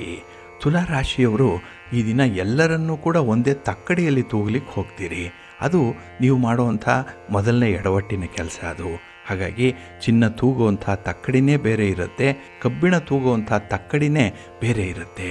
ಹಾಗಾಗಿ ಇಲ್ಲಿ ತೂಕ ಒಂದೇ ಆದರೂ ಕೂಡ ತೂಗುವಂಥ ವಿಧಾನಗಳು, ಅದಕ್ಕೆ ಬಳಸುವಂಥ ಒಂದು ತೂಕದ ಮಾಪಕಗಳೇನಿದೆ ಅದು ಬೇರೆ ಬೇರೆಯಾಗಿರುತ್ತೆ. ಹಾಗಾಗಿ ಜನರನ್ನು ನೋಡಿಕೊಂಡು ನೀವು ನಿಮ್ಮ ತೀರ್ಮಾನವನ್ನು ಹೇಳಬೇಕಾಗತ್ತೆ. ಎಲ್ಲರಿಗೂ ಕೂಡ ಒಂದೇ ಫಾರ್ಮುಲಾವನ್ನು ಉಪಯೋಗಿಸುವಂಥದ್ದು ತಪ್ಪು ಈ ದಿನದಲ್ಲಿ. ಇನ್ನು ನಿಮ್ಮ ಒಡ ಹುಟ್ಟಿದವರ ಜೊತೆಯಲ್ಲಿ ಸ್ಥಿರಾಸ್ತಿ ವಿವಾದಗಳು ಉಂಟಾಗುವಂಥದ್ದು ಇದೆ. ಹಾಗಾಗಿ ಈ ದಿನ ನಿಮ್ಮ ತಂದೆ ತಾಯಿಯಂದ್ರ ವಿಚಾರವಾಗಲಿ, ಒಡ ಹುಟ್ಟಿದವರ ವಿಚಾರವಾಗಲಿ ತುಂಬ ಪಾಸಿಟಿವ್ ಆಗಿ ನೀವು ಇರಬೇಕಾಗತ್ತೆ. ಕುಟುಂಬಸ್ಥರನ್ನು ಬಿಟ್ಟುಕೊಡಬೇಡಿ ಈ ದಿನದಲ್ಲಿ. ಹಾಗೆ ಈ ದಿನದಲ್ಲಿ ನಿಮ್ಮ ಮಾತಿಗೆ ಪ್ರತಿರೋಧಗಳು ಕುಟುಂಬದಲ್ಲೇ ಉದ್ಭವ ಆಗುವಂಥದ್ದು ಇದೆ. ನೀವು ಎಷ್ಟೇ ಅಕಾಮಡೇಟಿವ್ ಆಗಿದ್ದರೂ ಕೂಡ ಕೆಲವು ಕುಟುಂಬಸ್ಥರ ಮಂಡು ಹಠ ಏನಿದೆ ಅದು ನಿಮ್ಮನ್ನು ಘಾಸಿಗೊಳಿಸುತ್ತೆ. ಹಾಗಾಗಿ ಈ ದಿನ ನೀವು ಕೊಟ್ಟ ಮಾತನ್ನು ಉಳಿಸ್ಕೊಳ್ಳಿಕ್ಕೆ ಸಾಧ್ಯ ಆಗಲ್ಲ. ಇನ್ನು ವಿಶೇಷವಾಗಿ ವ್ಯವಹಾರಗಳು ಮಂದಗತಿಯಲ್ಲಿ ಸಾಗುತ್ತೆ. ಇದರಿಂದ ನಿಮಗೆ ತಾಳ್ಮೆ ಕೆಡುತ್ತೆ. ಏಕೆಂದರೆ ಕೆಲವೊಂದು ತುರ್ತಾಗಿ ಪ್ರಿಯಾರಿಟಿಯಲ್ಲಿ ಕೆಲಸಗಳನ್ನು ಬೆಳಿಗ್ಗೆನೇ ಮಾಡಬೇಕಾಗಿದೆ. ಆದರೆ ಇಂಥ ಒಂದು ವಿಚಾರದಲ್ಲಿ ಮಂದಗತಿಯಲ್ಲಿ ಕೆಲಸಗಳಾದಾಗ ಆ ಕೆಲಸವನ್ನೇ ಡ್ರಾಪ್ ಮಾಡೋಣ ಅನ್ನುವಂಥ ಮನಸ್ಸು ಕೂಡ ಬರಬಹುದು. ಹಾಗಾಗಿ ಅಲ್ಲಿ ನಿಮ್ಮ ಚಂಚಲ ಮನಸ್ಸು ಪ್ರಬಲವಾಗಿ ನಿಂತುಬಿಡುತ್ತೆ. ಸ್ವಲ್ಪ ಜಾಗ್ರತೆ. ನಿಮ್ಮ ಮನೆ ದೇವರನ್ನು ಸ್ಮರಣೆ ಮಾಡ್ತಾಯಿರಿ. ಹಾಗೆ ಅರ್ಧನಾರೀಶ್ವರಿ ಸ್ತೋತ್ರವನ್ನು ಈ ದಿನ ಹೇಳ್ಕೊಳ್ಳಿ. ಇನ್ನು ಅನ್ನಪೂರ್ಣೇಶ್ವರಿ ಸ್ತೋತ್ರ ಹೇಳ್ಕೊಳ್ಳೋದ್ರಿಂದ ನಿಮಗೆ ಒಳ್ಳೆಯ ಫಲ ಲಭ್ಯವಾಗುತ್ತೆ. ನಿಮ್ಮ ಅದೃಷ್ಟದ ಬಣ್ಣ ನೇರಳೆ, ಅದೃಷ್ಟದ ದಿಕ್ಕು ಈಶಾನ್ಯ ದಿಕ್ಕು, ಅದೃಷ್ಟ ಸಂಖ್ಯೆ 1. ವೃಶ್ಚಿಕ ರಾಶಿ. ವೃಶ್ಚಿಕ ರಾಶಿಯವರಿಗೆ ಈ ದಿನ ಬಹಳ ಅನುಕೂಲಕರವಾಗಿರುವಂಥ ದಿನ. ಅದರಲ್ಲೂ ತೃತೀಯದಲ್ಲಿ ಈ ದಿನ ಚಂದ್ರ ಇರೋದರಿಂದ ನಿಮಗೆ ವಿಶೇಷ ಫಲಗಳು ಸಿಕ್ಕತ್ತೆ. ವ್ಯವಹಾರಗಳಿಂದ ಒಂದು ತೃಪ್ತಿ ಅನ್ನುವಂಥದ್ದು ಈ ದಿನ ಸಿಕ್ಕತ್ತೆ. ಹಾಗೆ ಹಿರಿಯರ ಸಲಹೆ ಮಾರ್ಗದರ್ಶನ ಕೂಡ ನಿಮಗೆ ಈ ದಿನ ದೊರೆಯುವಂಥದ್ದು. ಒಟ್ಟಾರೆ ಯಾವುದೇ ಕ್ಷೇತ್ರದಲ್ಲಿ ಯಾವುದೇ ರೀತಿಯ ಪ್ರಯತ್ನದಲ್ಲೂ ಕೂಡ ನಿಮಗೆ ಸೋಲು ಅಷ್ಟಾಗಿ ಆಗಲ್ಲ. ಆದರೆ ನೀವಾಗಿ ಮಾಡಿಕೊಳ್ಳುವಂಥ ಕೆಲವು ಕಮಿಟ್ಮೆಂಟ್ಗಳಿಂದ ನಿಮಗೆ ನಷ್ಟ ಆಗ್ಬೋದು. ಆದರೆ ಹೊರಗಿನವರಿಂದಾಗಲಿ ವ್ಯವಹಾರಸ್ಥರಿಂದ ಈ ದಿನ ನಿಮಗೆ ಯಾವುದೇ ರೀತಿಯ ಒಂದು ಮೋಸ ಆಗುವಂಥದ್ದು ಅಥವಾ ನಷ್ಟ ಆಗುವಂಥದ್ದು ಇರಲ್ಲ. ಎಲ್ಲ ನಷ್ಟಗಳು ಮೋಸಗಳು ನಿಮ್ಮ ಮನಸ್ಥಿತಿಯ ಮೇಲೆ ಈ ದಿನ ನಿಂತಿರುತ್ತೆ. ಹಾಗೆ ಈ ದಿನದಲ್ಲಿ ಕೆಲಸ ಕಾರ್ಯಗಳಿಗಾಗಿ ಸ್ವಲ್ಪ ಕಷ್ಟಪಡಬೇಕು. ಅದರಲ್ಲೂ ರಾಜಕೀಯ ವ್ಯಕ್ತಿಗಳಿದ್ದೀರಲ್ಲ, ಇವರು ಅಪರೂಪಕ್ಕೆ ಸಿಕ್ಕುವಂಥ ಅವಕಾಶಗಳನ್ನು ಸದುಪಯೋಗ ಪಡಿಸ್ಕೊಳ್ಬೇಕು. ಹಾಗೆ ಈ ದಿನ ನಿರೀಕ್ಷಿತ ಮಟ್ಟದಲ್ಲಿ ಆದಾಯ ಏನೋ ಸಿಕ್ಕತ್ತೆ. ಆದರೆ ಉಳಿತಾಯ ಮಾಡುವಂಥ ಒಂದು ಪ್ರವೃತ್ತಿಯನ್ನು ಇನ್ನು ಸ್ವಲ್ಪ ಹೆಚ್ಚಿಸ್ಕೊಳ್ಬೇಕಾಗತ್ತೆ. ಹಾಗೆ ಮನೆಯಲ್ಲಿ ಇದ್ದಂತಹ ಭಿನ್ನಾಭಿಪ್ರಾಯಗಳು, ಯಾರೋ ಮಾತಾಡ್ತಾ ಇಲ್ಲ, ಮೂರನೆಯವರ ವಿಚಾರಕ್ಕಾಗಿ ನೀವು ಈ ದಿನ ಸ್ವಲ್ಪ ವಿರಸ ಉಂಟು ಮಾಡಿಕೊಂಡಿದ್ದೀರಿ. ಇಂತಹ ವಿಚಾರಗಳಲ್ಲಿ ಈ ದಿನ ತುಂಬ ಹೊಂದಾಣಿಕೆ ಮಾಡಿಕೊಳ್ಳುವಂಥ ಒಂದು ಮನಸ್ಥಿತಿ ಇರುತ್ತೆ. ಯಾಕೆಂದರೆ ನೀವು ಪ್ರಪಂಚವನ್ನು ನೋಡಿದ್ದೀರಿ, ಅನುಭವ ಇದೆ. ಹಾಗಾಗಿಯೇ ಈ ದಿನ ತುಂಬ ಪ್ರಾಕ್ಟಿಕಲ್ಲಾಗಿ ಆಲೋಚನೆ ಮಾಡುವಂಥ ಸಾಧ್ಯತೆಗಳು ತುಂಬ ಇದೆ. ಒಟ್ಟಾರೆ ನಿಮಗೆ ಲಾಭದಾಯಕವಾದಂಥ ಶುಭದಾಯಕವಾದಂಥ ದಿನ ಇದು. ನಿಮ್ಮ ಇಷ್ಟ ದೇವರನ್ನು ಆರಾಧನೆ ಮಾಡಿಕೊಳ್ಳಿ. ಗಣಪತಿಯ ಸ್ತೋತ್ರವನ್ನು ಈ ದಿನ ಹೇಳ್ಕೊಳ್ಳಿ. ಗಣಪತಿಯ ದರ್ಶನ ಮಾಡಿ, ಒಳ್ಳೆಯದಾಗುತ್ತೆ. ನಿಮ್ಮ ಅದೃಷ್ಟದ ಬಣ್ಣ ಗುಲಾಬಿ, ಅದೃಷ್ಟದ ದಿಕ್ಕು ಪೂರ್ವ ದಿಕ್ಕು, ಅದೃಷ್ಟ ಸಂಖ್ಯೆ 1. ಧನುರಾಶಿ. ಧನುರಾಶಿಯವರಿಗೆ ಈ ದಿನ ದ್ವಿತೀಯದಲ್ಲಿ ಚಂದ್ರ ಇರೋದರಿಂದ ಮಿಶ್ರ ಫಲಗಳಿರುತ್ತೆ. ಅದರಲ್ಲೂ ಧನಸ್ಥಾನದಲ್ಲಿ ಚಂದ್ರ ಕೂತ್ಬಿಟ್ಟಿದ್ದಾನೆ. ಹಾಗಾಗಿ ನಿಮಗೆ ಬರಬೇಕಾದಂಥ ಹಣ ಸಕಾಲಕ್ಕೆ ಬರಲ್ಲ. ಹಾಗೆ ನೀವು ಕಷ್ಟಪಟ್ಟು ಮಾಡಿದಂಥ ದುಡಿಮೆಗೂ ಕೂಡ ಒಂದು ಪ್ರೋತ್ಸಾಹ ಅನ್ನುವಂಥದ್ದಾಗಲಿ ಉತ್ತಮ ಸ್ಥಾನಮಾನಗಳು ಅನ್ನುವಂಥದ್ದಾಗಲಿ ಸಿಕ್ಕಲ್ಲ. ವ್ಯಾಪಾರದಲ್ಲಿ ಹೊಸ ಯೋಜನೆಗಳನ್ನೇನೋ ಜಾರಿಗೊಳಿಸ್ತೀರಿ, ಹೊಸದು ಮಾಡಿದ್ರೆ ಒಳ್ಳೆಯದು, ಅದು ಅಪ್ಡೇಟ್ ಆಗುತ್ತೆ, ಈಗಿನ ಕಾಲಕ್ಕೆ ಅದು ಸರಿ ಹೊಂದುತ್ತೆ ಅನ್ನುವಂಥ ತೀರ್ಮಾನಕ್ಕೆ ಬದ್ಧರಾಗಿರ್ತೀರಿ. ಆದರೆ ಆ ಒಂದು ನಡೆಸಿಕೊಳ್ಳುವಂಥ ರೀತಿ ನೀತಿಗಳೇನಿದೆ, ಆ ಪ್ರಾಸೆಸ್ ಏನಿದೆ, ಅದರಲ್ಲಿ ಸ್ವಲ್ಪ ಎಡವಟ್ಟಾಗುತ್ತೆ. ಹಾಗೆ ತಂತ್ರಜ್ಞಾನವನ್ನು ಉಪಯೋಗಿಸುವಂಥ ಸಂಬಂಧದಲ್ಲೂ ಕೂಡ ಈ ದಿನ ಸ್ವಲ್ಪ ಒತ್ತಡಗಳು ಉಂಟಾಗುವಂಥದ್ದು ಇದೆ. ಇನ್ನು ದೂರದ ಪ್ರಯಾಣದಲ್ಲೂ ಕೂಡ ಈ ದಿನ ಮಾತಿನ ಚಕಮಕಿಗಳಾಗುತ್ತೆ. ಅಂದರೆ ಅಪರಿಚಿತ ವ್ಯಕ್ತಿಗಳ ಜೊತೆಯಲ್ಲಿ ಎಲ್ಲೋ ಒಂದು ಕಡೆ ಈ ಸಂಬಂಧಗಳ ಬಗ್ಗೆ ಆಗಲಿ, ಹಣಕಾಸಿನ ವಿಚಾರದಲ್ಲಾಗಲಿ, ಅಥವಾ ನೀವು ಆಲೋಚನೆ ಮಾಡುವಂಥ ತಾರ್ಕಿಕ ವಿಚಾರಗಳಲ್ಲಾಗಲಿ ಭಿನ್ನಾಭಿಪ್ರಾಯಗಳು ಬರುತ್ತೆ. ಮಾತಿನಿಂದ ಈ ದಿನ ಅನರ್ಥಗಳಾಗುವಂಥದ್ದು ಕೂಡ ಇದೆ. ಹಾಗಾಗಿ ಮಾತನ್ನು ಸ್ವಲ್ಪ ನಿಯಂತ್ರಣದಲ್ಲಿಟ್ಕೊಳ್ಬೇಕು. ಇನ್ನು ಈ ದಿನ ನೀವು ಯಾವುದೇ ಹೊಸ ಯೋಜನೆಗಳಿಗೆ ಕೈ ಹಾಕಬೇಡಿ. ಅರ್ಧಂಬರ್ಧ ಆಗಿರುವಂಥ ಕೆಲಸಗಳಿದೆಯಲ್ಲ, ಅದನ್ನು ಮುಂದುವರಿಸಿ ಅದನ್ನು ಮುಕ್ತಾಯ ಮಾಡಿಬಿಡಿ. ಇನ್ನು ಈ ದಿನದಲ್ಲಿ ನಿಮ್ಮ ಉದ್ಯೋಗ ಕ್ಷೇತ್ರದಲ್ಲಿ ಯಾರೊಂದಿಗೂ ಕೂಡ ವಿವಾದಕ್ಕೆ ಹೋಗಬೇಡಿ. ಮಾತುಕತೆ ಎಷ್ಟು ಬೇಕೋ ಅಷ್ಟಕ್ಕೆ ಮಾತ್ರ ಇರಲಿ. ಇನ್ನು ಆರ್ಥಿಕ ಪರಿಸ್ಥಿತಿಯನ್ನು ಉತ್ತಮಪಡಿಸ್ಕೊಳ್ಳೋ ಬಗ್ಗೆ ಸ್ವಲ್ಪ ತಜ್ಞರ ಸಲಹೆಯನ್ನು ಪಡ್ಕೊಳ್ತಾ ಇರಿ, ಒಳ್ಳೆಯದಾಗತ್ತೆ. ನಿಮ್ಮ ಮನೆಯ ದೇವರನ್ನು ಸ್ಮರಣೆ ಮಾಡಿಕೊಳ್ಳಿ. ಹಾಗೆ ಭಕ್ತಿಯಿಂದ ಈ ದಿನ ನೀವು ನಿಮ್ಮ ನೆಚ್ಚಿನ ಗುರುಗಳನ್ನು ಭೇಟಿ ಮಾಡಿ ಅವರ ಆಶೀರ್ವಾದ ಪಡ್ಕೊಳ್ಳಿ. ಗುರು ಸ್ತೋತ್ರವನ್ನು ಹೇಳ್ಕೊಳ್ತಾ ಇರಿ, ಒಳ್ಳೆಯದಾಗತ್ತೆ. ನಿಮ್ಮ ಅದೃಷ್ಟದ ಬಣ್ಣ ಹಳದಿ, ಅದೃಷ್ಟದ ದಿಕ್ಕು ಪೂರ್ವ ದಿಕ್ಕು, ಅದೃಷ್ಟ ಸಂಖ್ಯೆ 5. ಮಕರ ರಾಶಿ. ಮಕರ ರಾಶಿಯವರಿಗೆ ಈ ದಿನ ಉತ್ತಮವಾದಂಥ ದಿನ. ಅದರಲ್ಲೂ ನೀವು ಒಳ್ಳೆಯ ಹೆಸರನ್ನು ಪಡ್ಕೊಳ್ಳುವಂಥ ದಿನ. ನಿಮ್ಮ ಕೆಲಸದಿಂದ, ನಿಮ್ಮ ಸಾಧನೆಯಿಂದ, ನಿಮ್ಮ ತ್ಯಾಗದಿಂದ ಈ ದಿನ ನೀವು ಹೆಚ್ಚಿನ ಜನರನ್ನು ತಲುಪ್ತೀರಿ. ನಿಮ್ಮ ಬಗ್ಗೆ ಅವರು ವಿಶೇಷ ಮಾಹಿತಿಯನ್ನು ಕಲೆ ಹಾಕುವಂಥದ್ದು ಕೂಡ ಇದೆ. ಒಟ್ಟಾರೆ ಈ ದಿನ ನಿಮ್ಮ ವಿರೋಧಿಗಳು ಕೂಡ ನಿಮ್ಮನ್ನು ಇಷ್ಟಪಡುವಂಥ ಒಂದು ವ್ಯವಸ್ಥೆ ನಿಮ್ಮಿಂದ ಆಗಿರುತ್ತೆ. ಹಾಗೆ ಗ್ರಹಸ್ಥಾನಗಳು ಈ ದಿನ ನಿಮಗೆ ತುಂಬ ಅನುಕೂಲಕರವಾಗಿರೋದ್ರಿಂದ ನಿಮ್ಮ ಪ್ರಯತ್ನವನ್ನು ಮುಂದುವರಿಸಿ ಉತ್ತಮ ಪ್ರತಿಫಲ ನಿಮಗೆ ಸಿಕ್ಕತ್ತೆ. ಹಾಗೆ ನೀವು ಸರ್ಕಾರದ ಮಟ್ಟದಲ್ಲಿ ಮಾಡಬೇಕಾಗಿರೋ ಕೆಲಸಗಳು ಅಥವಾ ನಿಮಗೆ ಆಗಬೇಕಾಗಿರುವಂಥ ಕೆಲಸ ಕಾರ್ಯಗಳು, ಅದನ್ನು ಕಾರ್ಯರೂಪಕ್ಕೆ ತರಲಿಕ್ಕೆ ಈ ದಿನ ಒಳ್ಳೆಯ ಅವಕಾಶಗಳಿರುತ್ತೆ. ಹಾಗಾಗಿ ಬರುವಂಥ ಅವಕಾಶಗಳನ್ನು ಸದುಪಯೋಗ ಪಡಿಸ್ಕೊಳ್ಬೇಕು. ಇನ್ನು ನಿರುದ್ಯೋಗಿಗಳು ಕೂಡ ಉದ್ಯೋಗಕ್ಕಾಗಿ ಈ ದಿನ ಸ್ವಲ್ಪ ಶ್ರಮ ಪಡ್ತಾ ಇದ್ದೀರಿ, ಅಂಥವ್ರಿಗೂ ಕೂಡ ಒಳ್ಳೆಯ ಫಲಿತಾಂಶಗಳು ನಿಮಗೆ ಸಿಕ್ಕತ್ತೆ. ಇನ್ನು ಹಣಕಾಸಿನ ಪರಿಸ್ಥಿತಿ ತುಂಬ ಆಶಾದಾಯಕವಾಗಿರುತ್ತೆ. ಹಾಗಾಗಿನೇ ಈ ವೆಚ್ಚವನ್ನು ತೂಗಿಸುವಂಥ ಸಂದರ್ಭ ಆಗಲಿ ಅಥವಾ ಯಾವ ಬಾಬ್ತಿಗೆ ಎಷ್ಟು ಖರ್ಚು ಮಾಡಬೇಕು ಅನ್ನುವಂಥ ವಿಚಾರದಲ್ಲಾಗಲಿ ಈ ದಿನ ಬಹಳ ಅದ್ಭುತವಾದಂತಹ ತೀರ್ಮಾನವನ್ನು ಕೈಗೊಳ್ತೀರಿ. ಹಾಗೆ ಮನೆಯಲ್ಲೂ ಕೂಡ ಏನೋ ಒಂದು ಪವಾಡ ಸದೃಶವಾಗಿ ನಿಮಗೆ ಅನುಕೂಲ ಆಗುವಂಥ ರೀತಿಯಲ್ಲಿ ಕೆಲವು ಘಟನೆಗಳು ನಡೆಯುತ್ತೆ. ಇದು ಭಗವಂತನ ಇಚ್ಛೆಯಂತೆ ಆಗುವಂಥದ್ದು. ಹಾಗಾಗಿನೇ ಈ ದಿನ ತುಂಬ ಉತ್ತಮ ಸಂತೋಷದಿಂದ ಇರ್ತೀರಿ, ಅಷ್ಟೇ ಕಾನ್ಫಿಡೆಂಟ್ ಆಗಿರ್ತೀರಿ, ಆತ್ಮವಿಶ್ವಾಸದಿಂದ ಇರ್ತೀರಿ. ಇದು ಬಹಳ ಮುಖ್ಯವಾಗಿ ನಿಮಗೆ ಬೇಕಾಗಿರುವಂಥದ್ದು. ನಿಮ್ಮ ಇಷ್ಟ ದೇವರನ್ನು ಆರಾಧನೆ ಮಾಡ್ತಾಯಿರಿ. ಹಾಗೆ ಈ ದಿನ ಮಹಾಲಕ್ಷ್ಮಿಯನ್ನು ದರ್ಶನ ಮಾಡಿಕೊಳ್ಳಿ, ಲಕ್ಷ್ಮಿ ಸ್ತೋತ್ರವನ್ನು ಹೇಳ್ಕೊಳ್ಳಿ, ಒಳ್ಳೆಯದಾಗತ್ತೆ. ನಿಮ್ಮ ಅದೃಷ್ಟದ ಬಣ್ಣ ಕೆಂಪು, ಅದೃಷ್ಟದ ದಿಕ್ಕು ಪೂರ್ವ ದಿಕ್ಕು, ಅದೃಷ್ಟ ಸಂಖ್ಯೆ 1. ಕುಂಭರಾಶಿ. ಕುಂಭರಾಶಿಯವರಿಗೆ ಈ ದಿನ ವ್ಯಯಸ್ಥಾನದಲ್ಲಿ ಚಂದ್ರ ಇದ್ದಾನೆ, 12ನೇ ಮನೆಯಲ್ಲಿ ಚಂದ್ರ. ಹಾಗಾಗಿ ಈ ದಿನ ಬೆಳಗಿನ ಅವಧಿಯಲ್ಲಿ ನಿಮಗೆ ಮಿಶ್ರ ಫಲಗಳ ಯೋಗ ಇರುತ್ತೆ. ಹಾಗೆ ನಿಮ್ಮ ಒಂದು ಕೆಲಸ ಕಾರ್ಯಗಳಿಗೆ ಆಗಲಿ, ನಿಮ್ಮ ಒಂದು ಎಫರ್ಟ್ಗಾಗಲಿ ಈ ದಿನ ನಿರೀಕ್ಷಿತ ಮಟ್ಟದಲ್ಲಿ ಒಂದು ಫಲಿತಾಂಶ ಅನ್ನುವಂಥದ್ದು ಸಿಕ್ಕಲ್ಲ, ಪ್ರಶಂಸೆ ಸಿಕ್ಕಲ್ಲ. ಕೆಲಸ ಮಾಡ್ತಾ ಇರ್ತೀರಿ, ಆದರೆ ಬೆಟ್ಟಕ್ಕೆ ಕಲ್ಲು ಹೊತ್ತಂತಹ ರೀತಿಯಲ್ಲಿ ನಿಮಗೆ ಯಾರೂ ನಿಮ್ಮ ಕೆಲಸವನ್ನು ಗುರುತಿಸಲಿಕ್ಕೆ ಬರಲ್ಲ. ಹಾಗಾಗಿನೇ ಈ ವಿಚಾರಗಳಲ್ಲಿ ಏರಿಳಿತಗಳು ತುಂಬ ಇರುತ್ತೆ. ಅದನ್ನು ಸ್ವಲ್ಪ ಹೊಂದಾಣಿಕೆ ಮೂಲಕ ನೀವು ಸರಿದೂಗಿಸ್ಕೊಳ್ಬೇಕಾಗತ್ತೆ. ಇನ್ನು ಈ ದಿನ ದೀರ್ಘಾವಧಿಯ ಸಾಲಗಳ ಒತ್ತಡದಿಂದ ಹೊಸ ಸಾಲಗಳನ್ನು ಮಾಡಬೇಕು ಅನ್ನುವಂಥ ಆಲೋಚನೆ ಕೂಡ ಬರ್ಬೋದು. ಏಕೆಂದರೆ ಈ ಹಣಕಾಸಿನ ವಿಚಾರದಲ್ಲಿ ಈ ದಿನ ಮಿಸ್ಮ್ಯಾನೇಜ್ಮೆಂಟ್ ಆಗುವಂಥದ್ದು ಇರುತ್ತೆ. ಇನ್ನು ಈ ದಿನ ನಿಮ್ಮ ಒಂದು ಸಾಧನೆಗೆ ಮೇಲಧಿಕಾರಿಗಳು ಬೆಂಬಲಕ್ಕೆ ನಿಲ್ತಾರೆ, ಆದರೆ ಅವರಿಗೆ ನೀವು ಕೃತಜ್ಞತೆಯನ್ನು ಹೇಳುವಂಥದ್ದನ್ನು ಈ ದಿನ ಮರಿಬೇಡಿ. ಇನ್ನು ಈ ದಿನದಲ್ಲಿ ಮನೆಯಲ್ಲಿ ಸಣ್ಣ ಪುಟ್ಟ ವಿಚಾರಗಳಿಗೆ ಕಿರಿಕಿರಿ ಆಗುವಂಥದ್ದು, ಸಣ್ಣ ಪುಟ್ಟ ಖರ್ಚು ವೆಚ್ಚಗಳು ನಿಮ್ಮ ಒಂದು ಪಾಲಿಗೆ ಬರುವಂಥದ್ದು ಕೂಡ ಇದೆ. ಹಾಗಾಗಿನೇ ಅದೆಲ್ಲವನ್ನು ನಿಭಾಯಿಸಬೇಕು ಅಂತ ಹೇಳಿದ್ರೆ ಈ ದಿನ ನಿಮಗೆ ಸ್ವಲ್ಪ ತಾಳ್ಮೆ ಭಾಳ ಮಟ್ಟಿಗೆ ಬೇಕಾಗತ್ತೆ. ಇನ್ನು ಆಧ್ಯಾತ್ಮಿಕ ಚಿಂತನೆಯನ್ನು ಮಾಡುವಂಥದ್ದಾಗಲಿ, ಯೋಗ ಮಾಡಿ, ಧ್ಯಾನ ಮಾಡಿ, ಭಗವಂತನ ಧ್ಯಾನ ಮಾಡಿಕೊಳ್ಳಿ, ಆರಾಧನೆ ಮಾಡಿ. ಹಾಗೆ ನಿಮಗೆ ಇಷ್ಟವಾದಂಥ ಒಂದು ಕ್ಷೇತ್ರಕ್ಕೆ ಹೋಗಿ ಬನ್ನಿ, ಒಳ್ಳೆಯದಾಗತ್ತೆ. ನಿಮ್ಮ ಮನೆಯ ದೇವರನ್ನು ಸ್ಮರಣೆ ಮಾಡ್ತಾಯಿರಿ. ಹಾಗೆ ಭಕ್ತಿಯಿಂದ ಈ ದಿನ ನೀವು ನಾಗದೇವತೆಗಳ ದರ್ಶನ ಮಾಡಿ, ಅಶ್ವತ್ಥ ವೃಕ್ಷ ಪ್ರದಕ್ಷಿಣೆ ಮಾಡಿ, ಒಳ್ಳೆಯದಾಗತ್ತೆ. ನಿಮ್ಮ ಅದೃಷ್ಟದ ಬಣ್ಣ ತಿಳಿ ಹಸಿರು, ಅದೃಷ್ಟದ ದಿಕ್ಕು ಈಶಾನ್ಯ ದಿಕ್ಕು, ಅದೃಷ್ಟ ಸಂಖ್ಯೆ 3. ಮೀನರಾಶಿ. ಮೀನರಾಶಿಯವರಿಗೆ ಈ ದಿನ ಲಾಭಸ್ಥಾನದಲ್ಲಿ ಚಂದ್ರ ಇದ್ದಾನೆ. ಹಾಗಾಗಿನೇ ಈ ದಿನದಲ್ಲಿ ನಿಮ್ಮ ಕೆಲಸ ಕಾರ್ಯಗಳಲ್ಲಿ ತುಂಬ ಯಶಸ್ಸಿದೆ, ತುಂಬ ಸಾಧನೆ ಮಾಡ್ತೀರಿ. ಹಾಗೆ ಕಸದಿಂದ ರಸ ಮಾಡುವಂಥ ಒಂದು ವಿದ್ಯಮಾನ ಈ ದಿನ ಬೆಳಕಿಗೆ ಬರುತ್ತೆ.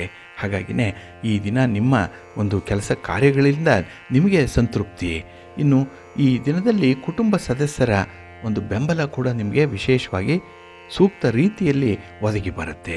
ಇದು ನಿಮಗೆ ಒಂದು ಮಾರಲ್ ಸಪೋರ್ಟನ್ನು ನೀಡುವಂಥದ್ದು.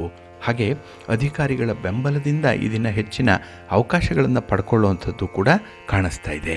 ಇನ್ನು ವೃತ್ತಿಪರ ಉದ್ಯೋಗದಲ್ಲಿ ನಿಮಗೆ ಬಡ್ತಿ ಬೇಕಾ, ವರ್ಗಾವಣೆ ಬೇಕಾ, ಜವಾಬ್ದಾರಿಯುತವಾದಂತಹ ಕೆಲಸ ಕಾರ್ಯಗಳು ಬೇಕಾ, ಅಥವಾ ಈಗಿರುವಂತಹ ಕೆಲಸದ ಹೊರೆ ಕಡಿಮೆ ಆಗಬೇಕಾ, ನಿಮಗೆ ಯಾವುದು ಬೇಕು ಅದನ್ನು ಸಂಕಲ್ಪ ಮಾಡಿಕೊಳ್ಳಿ. ನಿಮಗೆ ಅದು ಈಡೇರುವಂಥ ಎಲ್ಲ ಲಕ್ಷಣಗಳು ಕಾಣಿಸ್ತಾ ಇದೆ.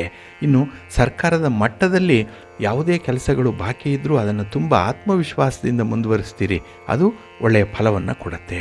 ಹಾಗೆ ಈ ದಿನ ಶಾಂತ ಸ್ವಭಾವದಲ್ಲಿದ್ದಾಗ ಮಾತ್ರ ಪ್ರಮುಖವಾದ ತೀರ್ಮಾನಗಳನ್ನು ಕೈಗೊಳ್ಳಿ.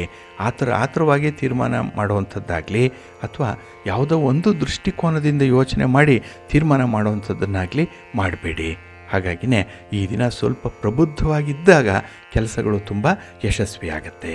ಹಾಗೆ ಈ ದಿನದಲ್ಲಿ ನೀವು ವಿಶೇಷ ಲಾಭವನ್ನು ಪಡ್ಕೊಳ್ಳುವಂಥ ಒಂದು ಸುಂದರವಾದ ದಿನ. ನಿಮ್ಮ ಇಷ್ಟ ದೇವರನ್ನು ಆರಾಧನೆ ಮಾಡ್ತಾಯಿರಿ. ಹಾಗೆ ಭಕ್ತಿಯಿಂದ ಈ ದಿನ ನೀವು ಶಿವಪಂಚಾಕ್ಷರಿ ಮಂತ್ರವನ್ನು ಹೇಳ್ಕೊಳ್ಳಿ, ಶಿವಪಾರ್ವತಿಯರ ದರ್ಶನ ಮಾಡಿಕೊಳ್ಳಿ ಈ ದಿನ. ಹಾಗೆ ನಿಮ್ಮ ನೆಚ್ಚಿನ ಗುರುಗಳ ಸ್ತೋತ್ರವನ್ನು ಹೇಳ್ಕೊಳ್ಳಿ, ಒಳ್ಳೆಯದಾಗತ್ತೆ. ನಿಮ್ಮ ಅದೃಷ್ಟದ ಬಣ್ಣ ಹಳದಿ, ಅದೃಷ್ಟದ ದಿಕ್ಕು ಈಶಾನ್ಯ ದಿಕ್ಕು, ಅದೃಷ್ಟ ಸಂಖ್ಯೆ 1.